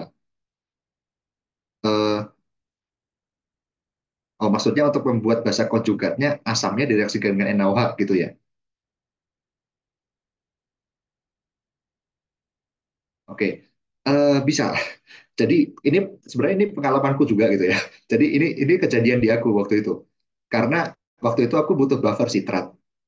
Nah, buffer sitrat yang aku butuhkan itu pH-nya lumayan tinggi. Jadi nggak mungkin aku pakai asam sitrat gitu kan. Nah, masalahnya adalah di lab itu coba ada asam sitrat, nggak ada yang kayak natrium sitrat gitu ya.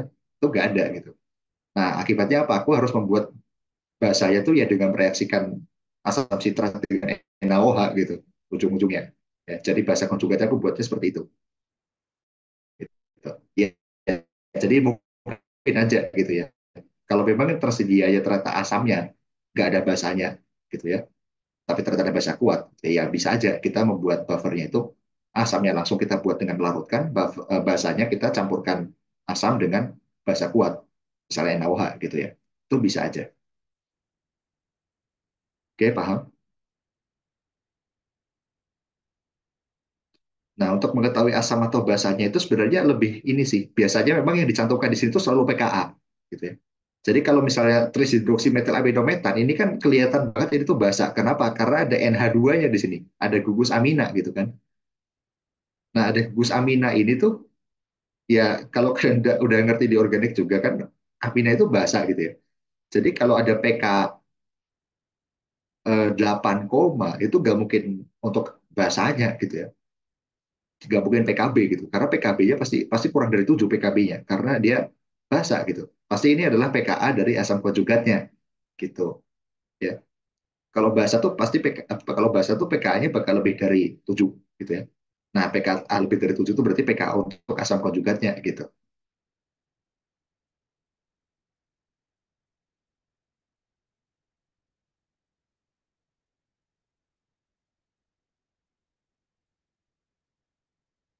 Ada lagi yang mau bertanya?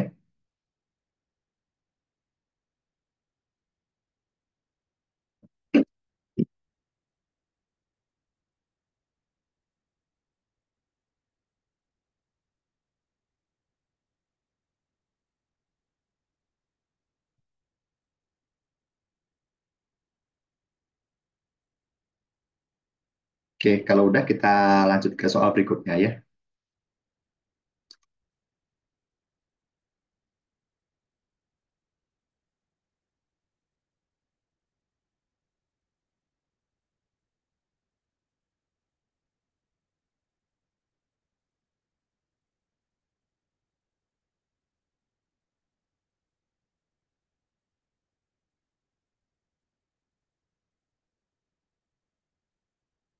Oh ya, mungkin kalian perlu konteks ya. Jadi ujian yang tahun ini kan ujian tahun aku ya, yang 2022 ini. Ujian ini tuh ujian open book. Jadi memang kami waktu itu boleh melihat buku gitu.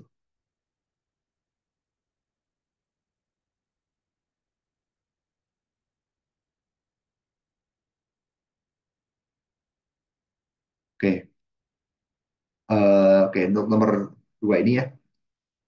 Jadi ada albumin, Ig, immunoglobulin gitu ya, strinogen dan transferin ada 4 protein ya. eh, ini intinya kita disuruh memisahkan ya.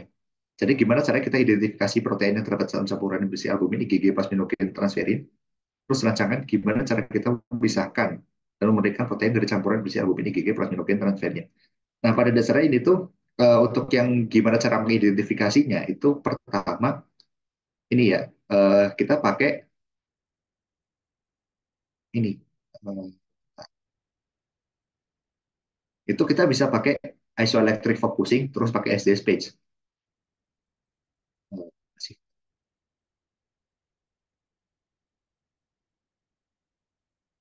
Nah ini, jadi kita pertama kita tadi kan proteinnya kalau kalian lihat itu eh, PI-nya beda-beda, PI-nya beda-beda nih. Di sorry di nah ini di sini ya. Kalau kalian lihat nih proteinnya PI-nya beda-beda, ada yang 4,7, 6,85, 5,3, 6,8 gitu ya. Nah, karena PI-nya beda-beda ini, itu kita bisa menggunakan isoelectric focusing untuk memisahkannya. Ya, jadi pertama, asam-asam amino ini kita bisa pisahkan berdasarkan PI-nya dengan isoelectric focusing, begitu ya. Nah, nanti jadi ini dari katoda yang pH 10, ya ini negatif gitu ya, paling basah, menuju anoda yang bermuatan positif, itu paling asam. Nah, jadi nanti dia akan turun. Ini kan nanti jadi paling bawah tuh pH 2, terus nanti pH 3 atasnya pH 4, pH 5, pH 6 dan seterusnya secara, bentuk gradien gitu ya.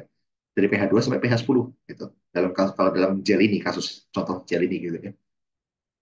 Nah, nanti eh, sampel itu nanti akan kalau kita kasih medan listrik gitu ya.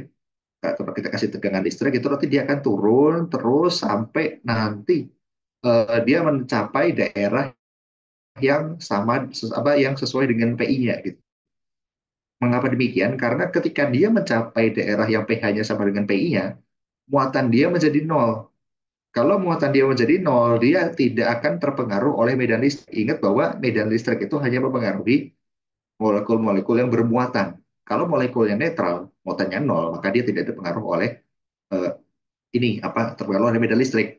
Oleh karena itu nanti dia akan turun sampai menuju daerah yang apa namanya, yang pH-nya sama dengan PI-nya protein itu gitu.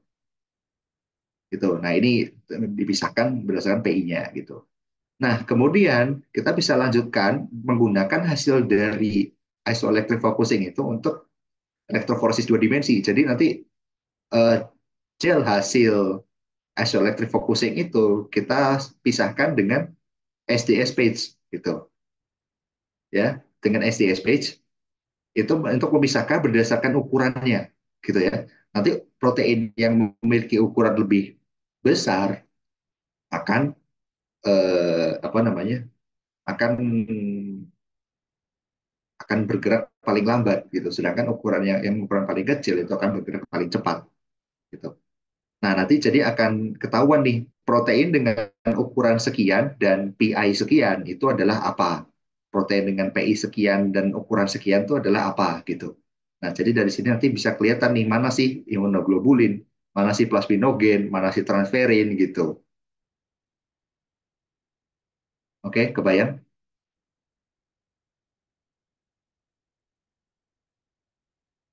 Nah, kemudian untuk memisahkan proteinnya itu pada dasarnya kita bisa menggunakan cara yang sama dengan soal yang di sini tadi gitu ya. Yang ini tadi, cuma ini bedanya ini cuma dua protein, albumin sama imunoglobulin gitu kan. Nah, tapi kalau ini ada empat, jadi nanti pemisahannya bisa kita lakukan bertahap gitu. Jadi misalnya kita punya tadi, nah ini ya. Jadi ini kan PI-nya apa aja sih? PI-nya ada 4,7, ada 5,3, ada 6,85 gitu ya, dan ada 6,8 gitu. Nah, untuk memisahkan albumin itu kita bisa menggunakan kolom yang apa ya? Untuk misalkan PI 4,7 ini kita bisa menggunakan kolom yang gunakan sorry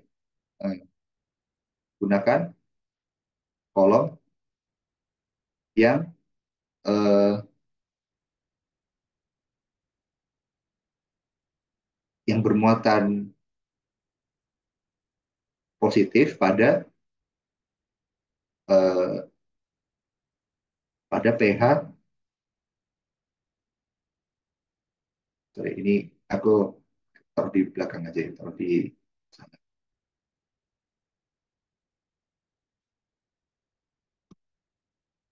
Nah, jadi untuk memisahkan albumin gitu ya, tuh gunakan kolom yang bermuatan positif pada pH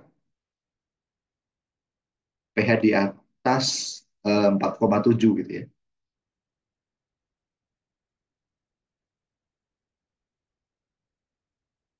Tuh, ya. Nah, kalau dia bisa bermuatan positif pada pH 4, lebih dari 4,7 gitu ya. Itu berarti kita bisa menggunakan kolom itu untuk memisahkan albumin. Kenapa? Eh, karena ketika pH di atas 4,7 itu albumin bermuatan negatif.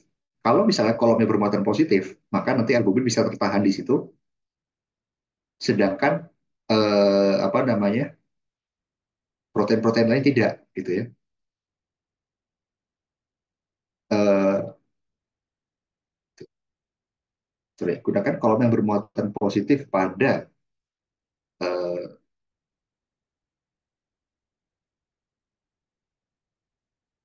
pada pH-nya, mungkin karena ini ada protein yang paling dekat PI-nya adalah yang plasminogen ini ya. Jadi pada pH di atas 4,7 dan gunakan. Jadi buffernya pun harus kita apa atur gitu ya, buffer dengan pH-nya itu harus lebih dari 4,7 tapi kurang dari 5,3. Kenapa harus kurang dari 5,3? Itu supaya plasminogennya nggak ikut ketahan gitu. Kalau udah di atas 5,3, plasminogennya ikut ketahan, jadi nggak bisa kita pisahkan gitu. Nah, kalau udah begini, nanti albumin akan ketahan gitu ya. Jadi nanti albumin akan ketahan di kolom gitu ya. Ini nanti ada albumin. Nah, ininya itu isinya apa? Berarti ada plasminogen yang tidak tertahannya ada plasminogen, imunoglobulin, dan transferin gitu. Nah, eh, transferin. Nah, kemudian larutan ini bisa kita pisahkan lagi dengan kolom. Sekarang kolomnya itu kita buat supaya pH-nya itu gimana? pH-nya itu ketika ada di atas pH 5,3 muatannya positif, sedangkan eh, di di atas terus nanti buffernya kita buat supaya 5,3 sampai 6,8 karena ditransferin ya 6,80 ini ditransferin gitu ya. Jadi nanti di sini untuk memisahkan eh, plasminogen gitu ya, itu gunakan kolom yang bermuatan positif pada pH lebih dari 5,3 dan gunakan buffer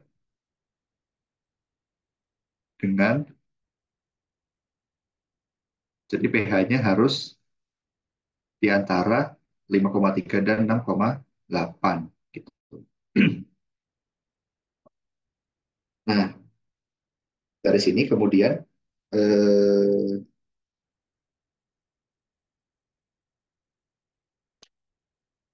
ya, nah dari sini lalu eh, kita akan dapatkan apa? Kita akan dapatkan ininya sisanya plasminogen, terus kemudian ininya adalah Isinya adalah imunoglobulin yang tidak apa ya tidak terikatnya ya, imunoglobulin dan transferin. Tuh. Nah, sekarang untuk memisahkan imunoglobulin dan transferin, gitu ya, itu agak susah kalau kita mau menggunakan pemisahan berbasis muatan. Mengapa? Karena PI-nya mereka deket banget, ya. Imunoglobulin itu 6,85, sedangkan transfer itu 6,80. Nah, PI-nya ini deket banget gitu ya. Oh ya, deket banget tuh biasanya kita ini ya, apa rentangnya itu plus minus 2 ya. Sorry, plus minus 0,2. Jadi kalau udah di bawah plus minus 0,2 itu eh, dianggapnya dekat gitu ya. Nah, jadi ini PI-nya kan 6,85 sama 0,80. Ini tuh udah dekat banget. Jadi kalau mau pakai apa pemisahan berbasis ion, berbasis muatan itu susah gitu ya. Hasilnya tuh nggak akan terlalu bagus gitu. Nah, jadi kita harus menggunakan cara lain untuk memisahkan ini. Gimana cara kita bisa memisahkannya gitu? Kita bisa menggunakan massa, menggunakan ukuran gitu ya. Kenapa? Karena ukuran mereka ini jauh banget. Transfer itu 9,6 kilodalton, sedangkan imunoglobulin itu 155-160 kilodalton. Jadi imunoglobulin ini dua kalinya transferin ukurannya. Ukurannya itu beda beda ukurannya jauh banget gitu. Nah, karena beda ukurannya jauh banget, kita bisa menggunakan kromatografi jenis lain gitu ya untuk memisahkannya, yaitu kromatografi size exclusion kromatografi gitu ya, atau kromatografi atau filtrasi gel gitu mungkin kalau di sini apa yang namanya kalau di sini. Nah, kayaknya di sini deh. Nah, ini. Nah, itu ya gel filtration chromatography. Jadi kita bisa menggunakan gel filtration chromatography untuk memisahkan berdasarkan ukuran ini. Nanti di sini itu eh, protein yang kecil itu akan tertahan gitu. Sedangkan protein yang besar itu akan lebih cepat keluar. Kenapa? Karena protein yang kecil itu akan terpaksa memasuki ruangan-ruangan di dalam gel gitu. Karena dia ukurannya kecil, dia bisa memasuki ruangan-ruangan yang ada di dalam gel sehingga nanti dia tertahan lebih lama di dalam gel. Sedangkan protein yang besar karena dia tidak bisa masuk ke dalam gel, ya udah dia langsung aja turun gitu. Nah, jadi di sini kita bisa memisahkan ini ya apa namanya transferin dari imunoglobulin gitu. Nah, jadi di sini eh, untuk memisahkan ini, untuk memisahkan transferin dan imunoglobulin itu bisa kita gunakan kromatografi filtrasi gel gitu. Tuh, nanti yang tertahan di kolom itu adalah yang lebih kecil ukurannya yaitu transferin ya. Nah, sedangkan yang keluar itu adalah imunoglobulin gitu. Ya, dari sini nanti kita bisa memisahkan keempat protein itu seperti itu. Oke, ada yang mau ditanyakan?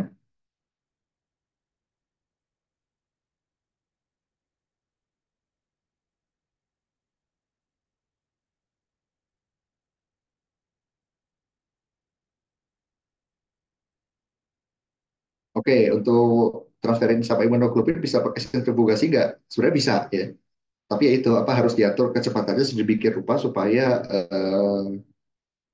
ya yang genap hanya satu. Atau bisa juga pakai ini, pakai yang apa namanya? Eh apa tuh namanya? Ini apa namanya? Yang tadi pakai gradient konsentrasi itu. Nah, itu juga bisa pakai itu ya.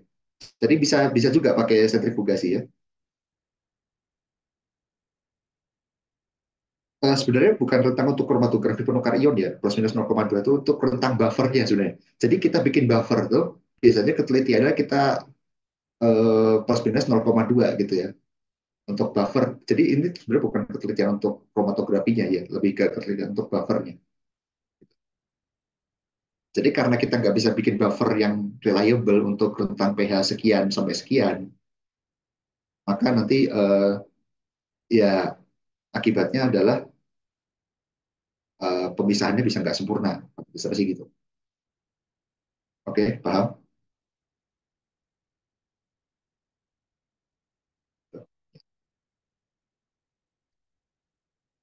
Ada lagi yang mau ditanyakan?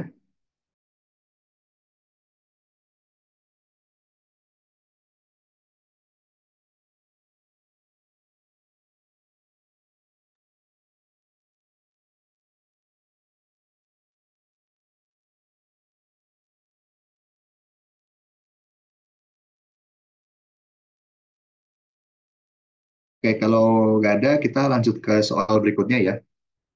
Eh, Di soal yang studi kasus ya.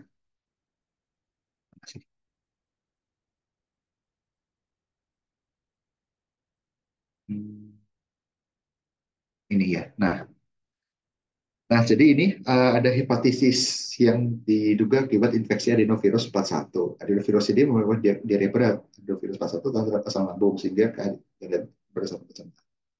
Nah, gimana sih cara kita ya mendapatkan isolat adenovirus dan bagaimana menunjukkan bukti visualnya gitu ya. Nah, pada dasarnya ini sama aja ya dengan prinsipnya sama aja dengan soal yang barusan, yang ini ya. Nah, yang ini.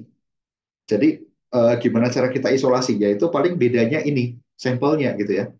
Jadi kalau yang ini COVID-19 itu kan karena dia SARS-CoV-2 itu menginfeksinya saluran pernapasan, ya samplingnya dari saluran pernapasan gitu kan.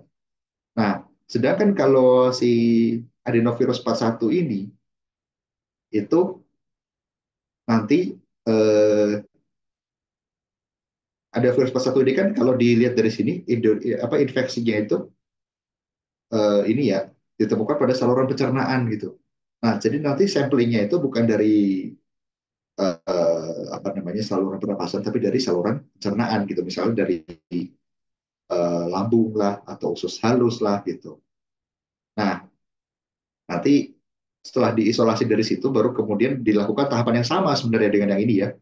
Jadi disentrifugasi, terus difiltrasi, ya. Kemudian untuk diperbanyak tuh diperbanyak dengan sel inang yang cocok. Nah, sel inang yang cocoknya ini ternyata di soal ini udah dikasih tahu ya, yaitu sel HEF, sel fibroblast paru ini ya. Nah, jadi sel inang yang cocok jadi nanti dikembangbiakannya itu ditumbuhkannya itu di sel HEF gitu. Nah, kemudian eh, ya seperti itu ya. Nah, terus adenovirus ini merupakan virus DNA. Jadi materi genetiknya si adenovirus ini ya karena kami waktu itu open book gitu, jadi kami tahu bahwa ini tuh DNA gitu. Nah, karena materi genetiknya DNA, kita nggak perlu RT-PCR gitu. Jadi kita bisa menggunakan PCR biasa gitu. Jadi RT-PCR itu digunakan kalau materi genetiknya berupa RNA gitu. Kalau materi genetiknya berupa DNA, ya menggunakan PCR biasa aja udah cukup. Pada besarnya sih gitu. Nah, kemudian sama untuk memastikan genovirus merupakan genovirus yang baru yang adenovirus tadi gitu. Nah, untuk memvisualisasikannya sama aja ya. Jadi ini apa namanya visualisasinya kita juga bisa menggunakan mikroskop fluoresen gitu.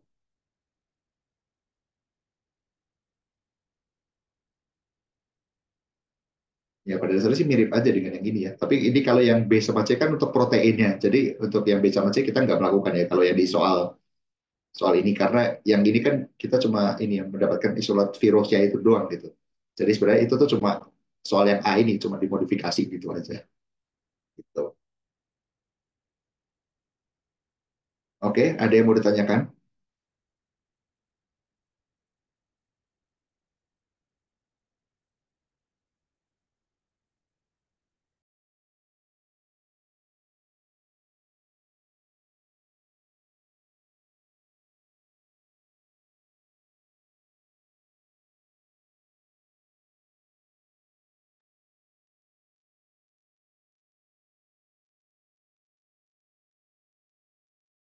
Oke.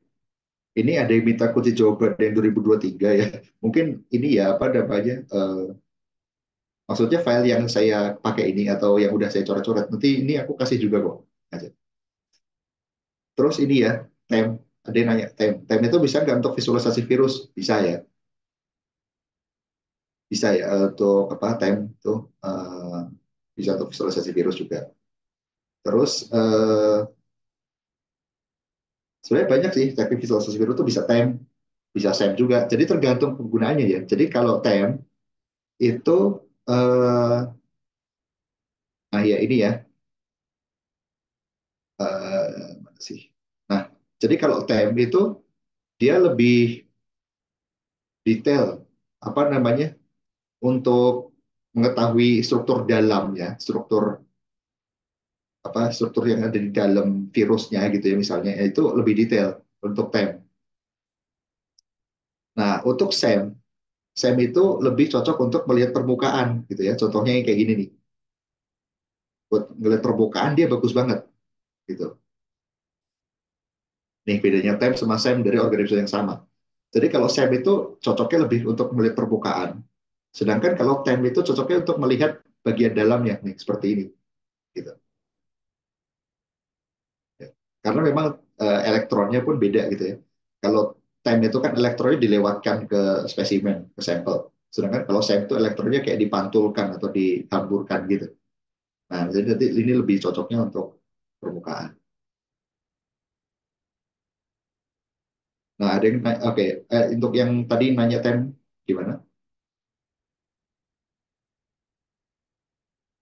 Aman? Oke. Nah, untuk yang nanya ini ya, gimana cara kita tahu bahwa virus itu RNA atau DNA? Ya, sebenarnya kalau kita cuma tahu, oh, virus ini gitu, ya nggak bisa sebenarnya. Jadi ya memang harus ada informasi tambahan gitu ya, harus dikasih tahu bahwa dia RNA atau DNA gitu. Tapi pada dasarnya eh, bedanya itu cuma di ini. Kalau misalnya dia materi genetika DNA, berarti kita bisa menentukan memperbanyak materi genetika, kita bisa menggunakan PCR biasa. Sedangkan kalau kita materi genetika itu RNA, itu kita untuk memperbanyak materi genetiknya itu kita harus menggunakan RT-PCR, Reverse Transcriptase PCR, RT-PCR gitu tulisannya ya. Ini sekalian nanya, sekalian menjawab untuk pertanyaan yang ini nih. Ada yang nanya juga kalau RNA pakai apa? Kalau PCR kan pakai untuk DNA. Ya, jadi kalau RNA itu pakai RT-PCR namanya, Reverse Transcriptase PCR gitu. Ya itu udah yang ngirim ya kunci jawabannya di chat Zoom. Silakan. Oke, terus untuk jawaban nomor 2 dan 2B itu beda ya. Tadi untuk yang 2A itu kan lebih ke, jadi yang 2A itu ini yang tadi pakai isoelectric focusing sama SDSPS. Jadi yang A itu kan cuma untuk visualisasi, ada nggak sih proteinnya gitu. Jadi biasanya kita tuh melakukan visualisasi dulu, mengetahui, oh ada nggak sih proteinnya gitu. Nah, baru nanti kalau udah kita isolasi gitu. Jadi yang 2A itu ini ya, jadi menggunakan isoelectric focusing pertama untuk memisahkan berdasarkan PI, habis itu di electrophoresis SDSPH untuk memisahkan berdasarkan ukuran gitu. Nanti didapat tuh, oh protein yang PI-nya segini dan ukuran segini itu apa sih? Protein yang PI-nya segini dan ukuran segini itu apa sih? Nah, kalau udah divisualisasikan dengan ini, ya, kalau udah divisualisasikan dengan apa namanya itu ya, untuk itu kan untuk mengidentifikasi dulu. Kalau proteinnya udah teridentifikasi, baru nanti apa namanya si baru nanti kita lakukan proses isolasi gitu kan. Kalau proteinnya nggak ada, yang ngapain diisolasi gitu kan. Makanya kita cek dulu ada nggak sih proteinnya dengan ini gitu. Oke, paham yang nanya tadi barusan yang dua b. Jadi bedanya gitu ya. Oke, sama yang tadi yang PCR sama RT-PCR ya. Jadi kalau PCR biasa itu buat DNA, kalau yang RT-PCR itu buat RNA. Kenapa RNA kita butuh RT-PCR itu karena RNA itu short live, jadi umurnya pendek RNA tuh kalau di luar keadaan idealnya. Jadi sedangkan DNA itu panjang umurnya gitu ya. Jadi DNA itu tahan lama, sedangkan RNA itu enggak. Jadi dengan RT-PCR kita menyalin kode RNA itu ke DNA dulu, baru kemudian DNA-nya yang kita amplifikasi gitu. Baru DNA-nya yang kita perbanyak gitu. Jadi RNA-nya udah hancur juga bodo amat. Yang penting kita udah punya salinannya dalam bentuk DNA gitu. Makanya kalau yang DNA apa materi genetika DNA ya nggak perlu RT-PCR karena ya udah DNA kok. DNA kan memang udah stabil gitu. DNA itu stabil jadi tahan lama. Jadi nggak perlu kita pakai RT-PCR gitu. Oke, ada lagi yang mau ditanyakan?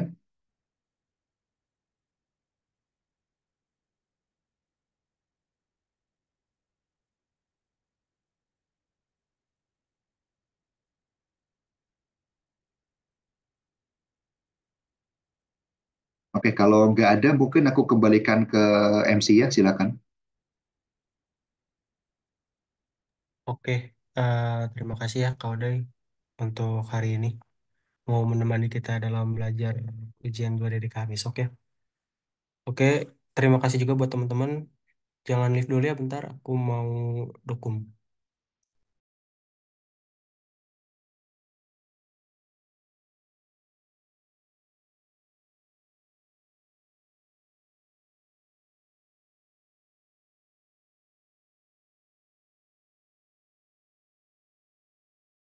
Oke, udah ya. Mungkin boleh live ya teman-teman. Semangat buat ujiannya besok. Jangan terlalu malam ya tidurnya takut telat juga besok kan pagi. Terima kasih juga buat Kak Odai. Aku end ya. Ya, terima kasih semua.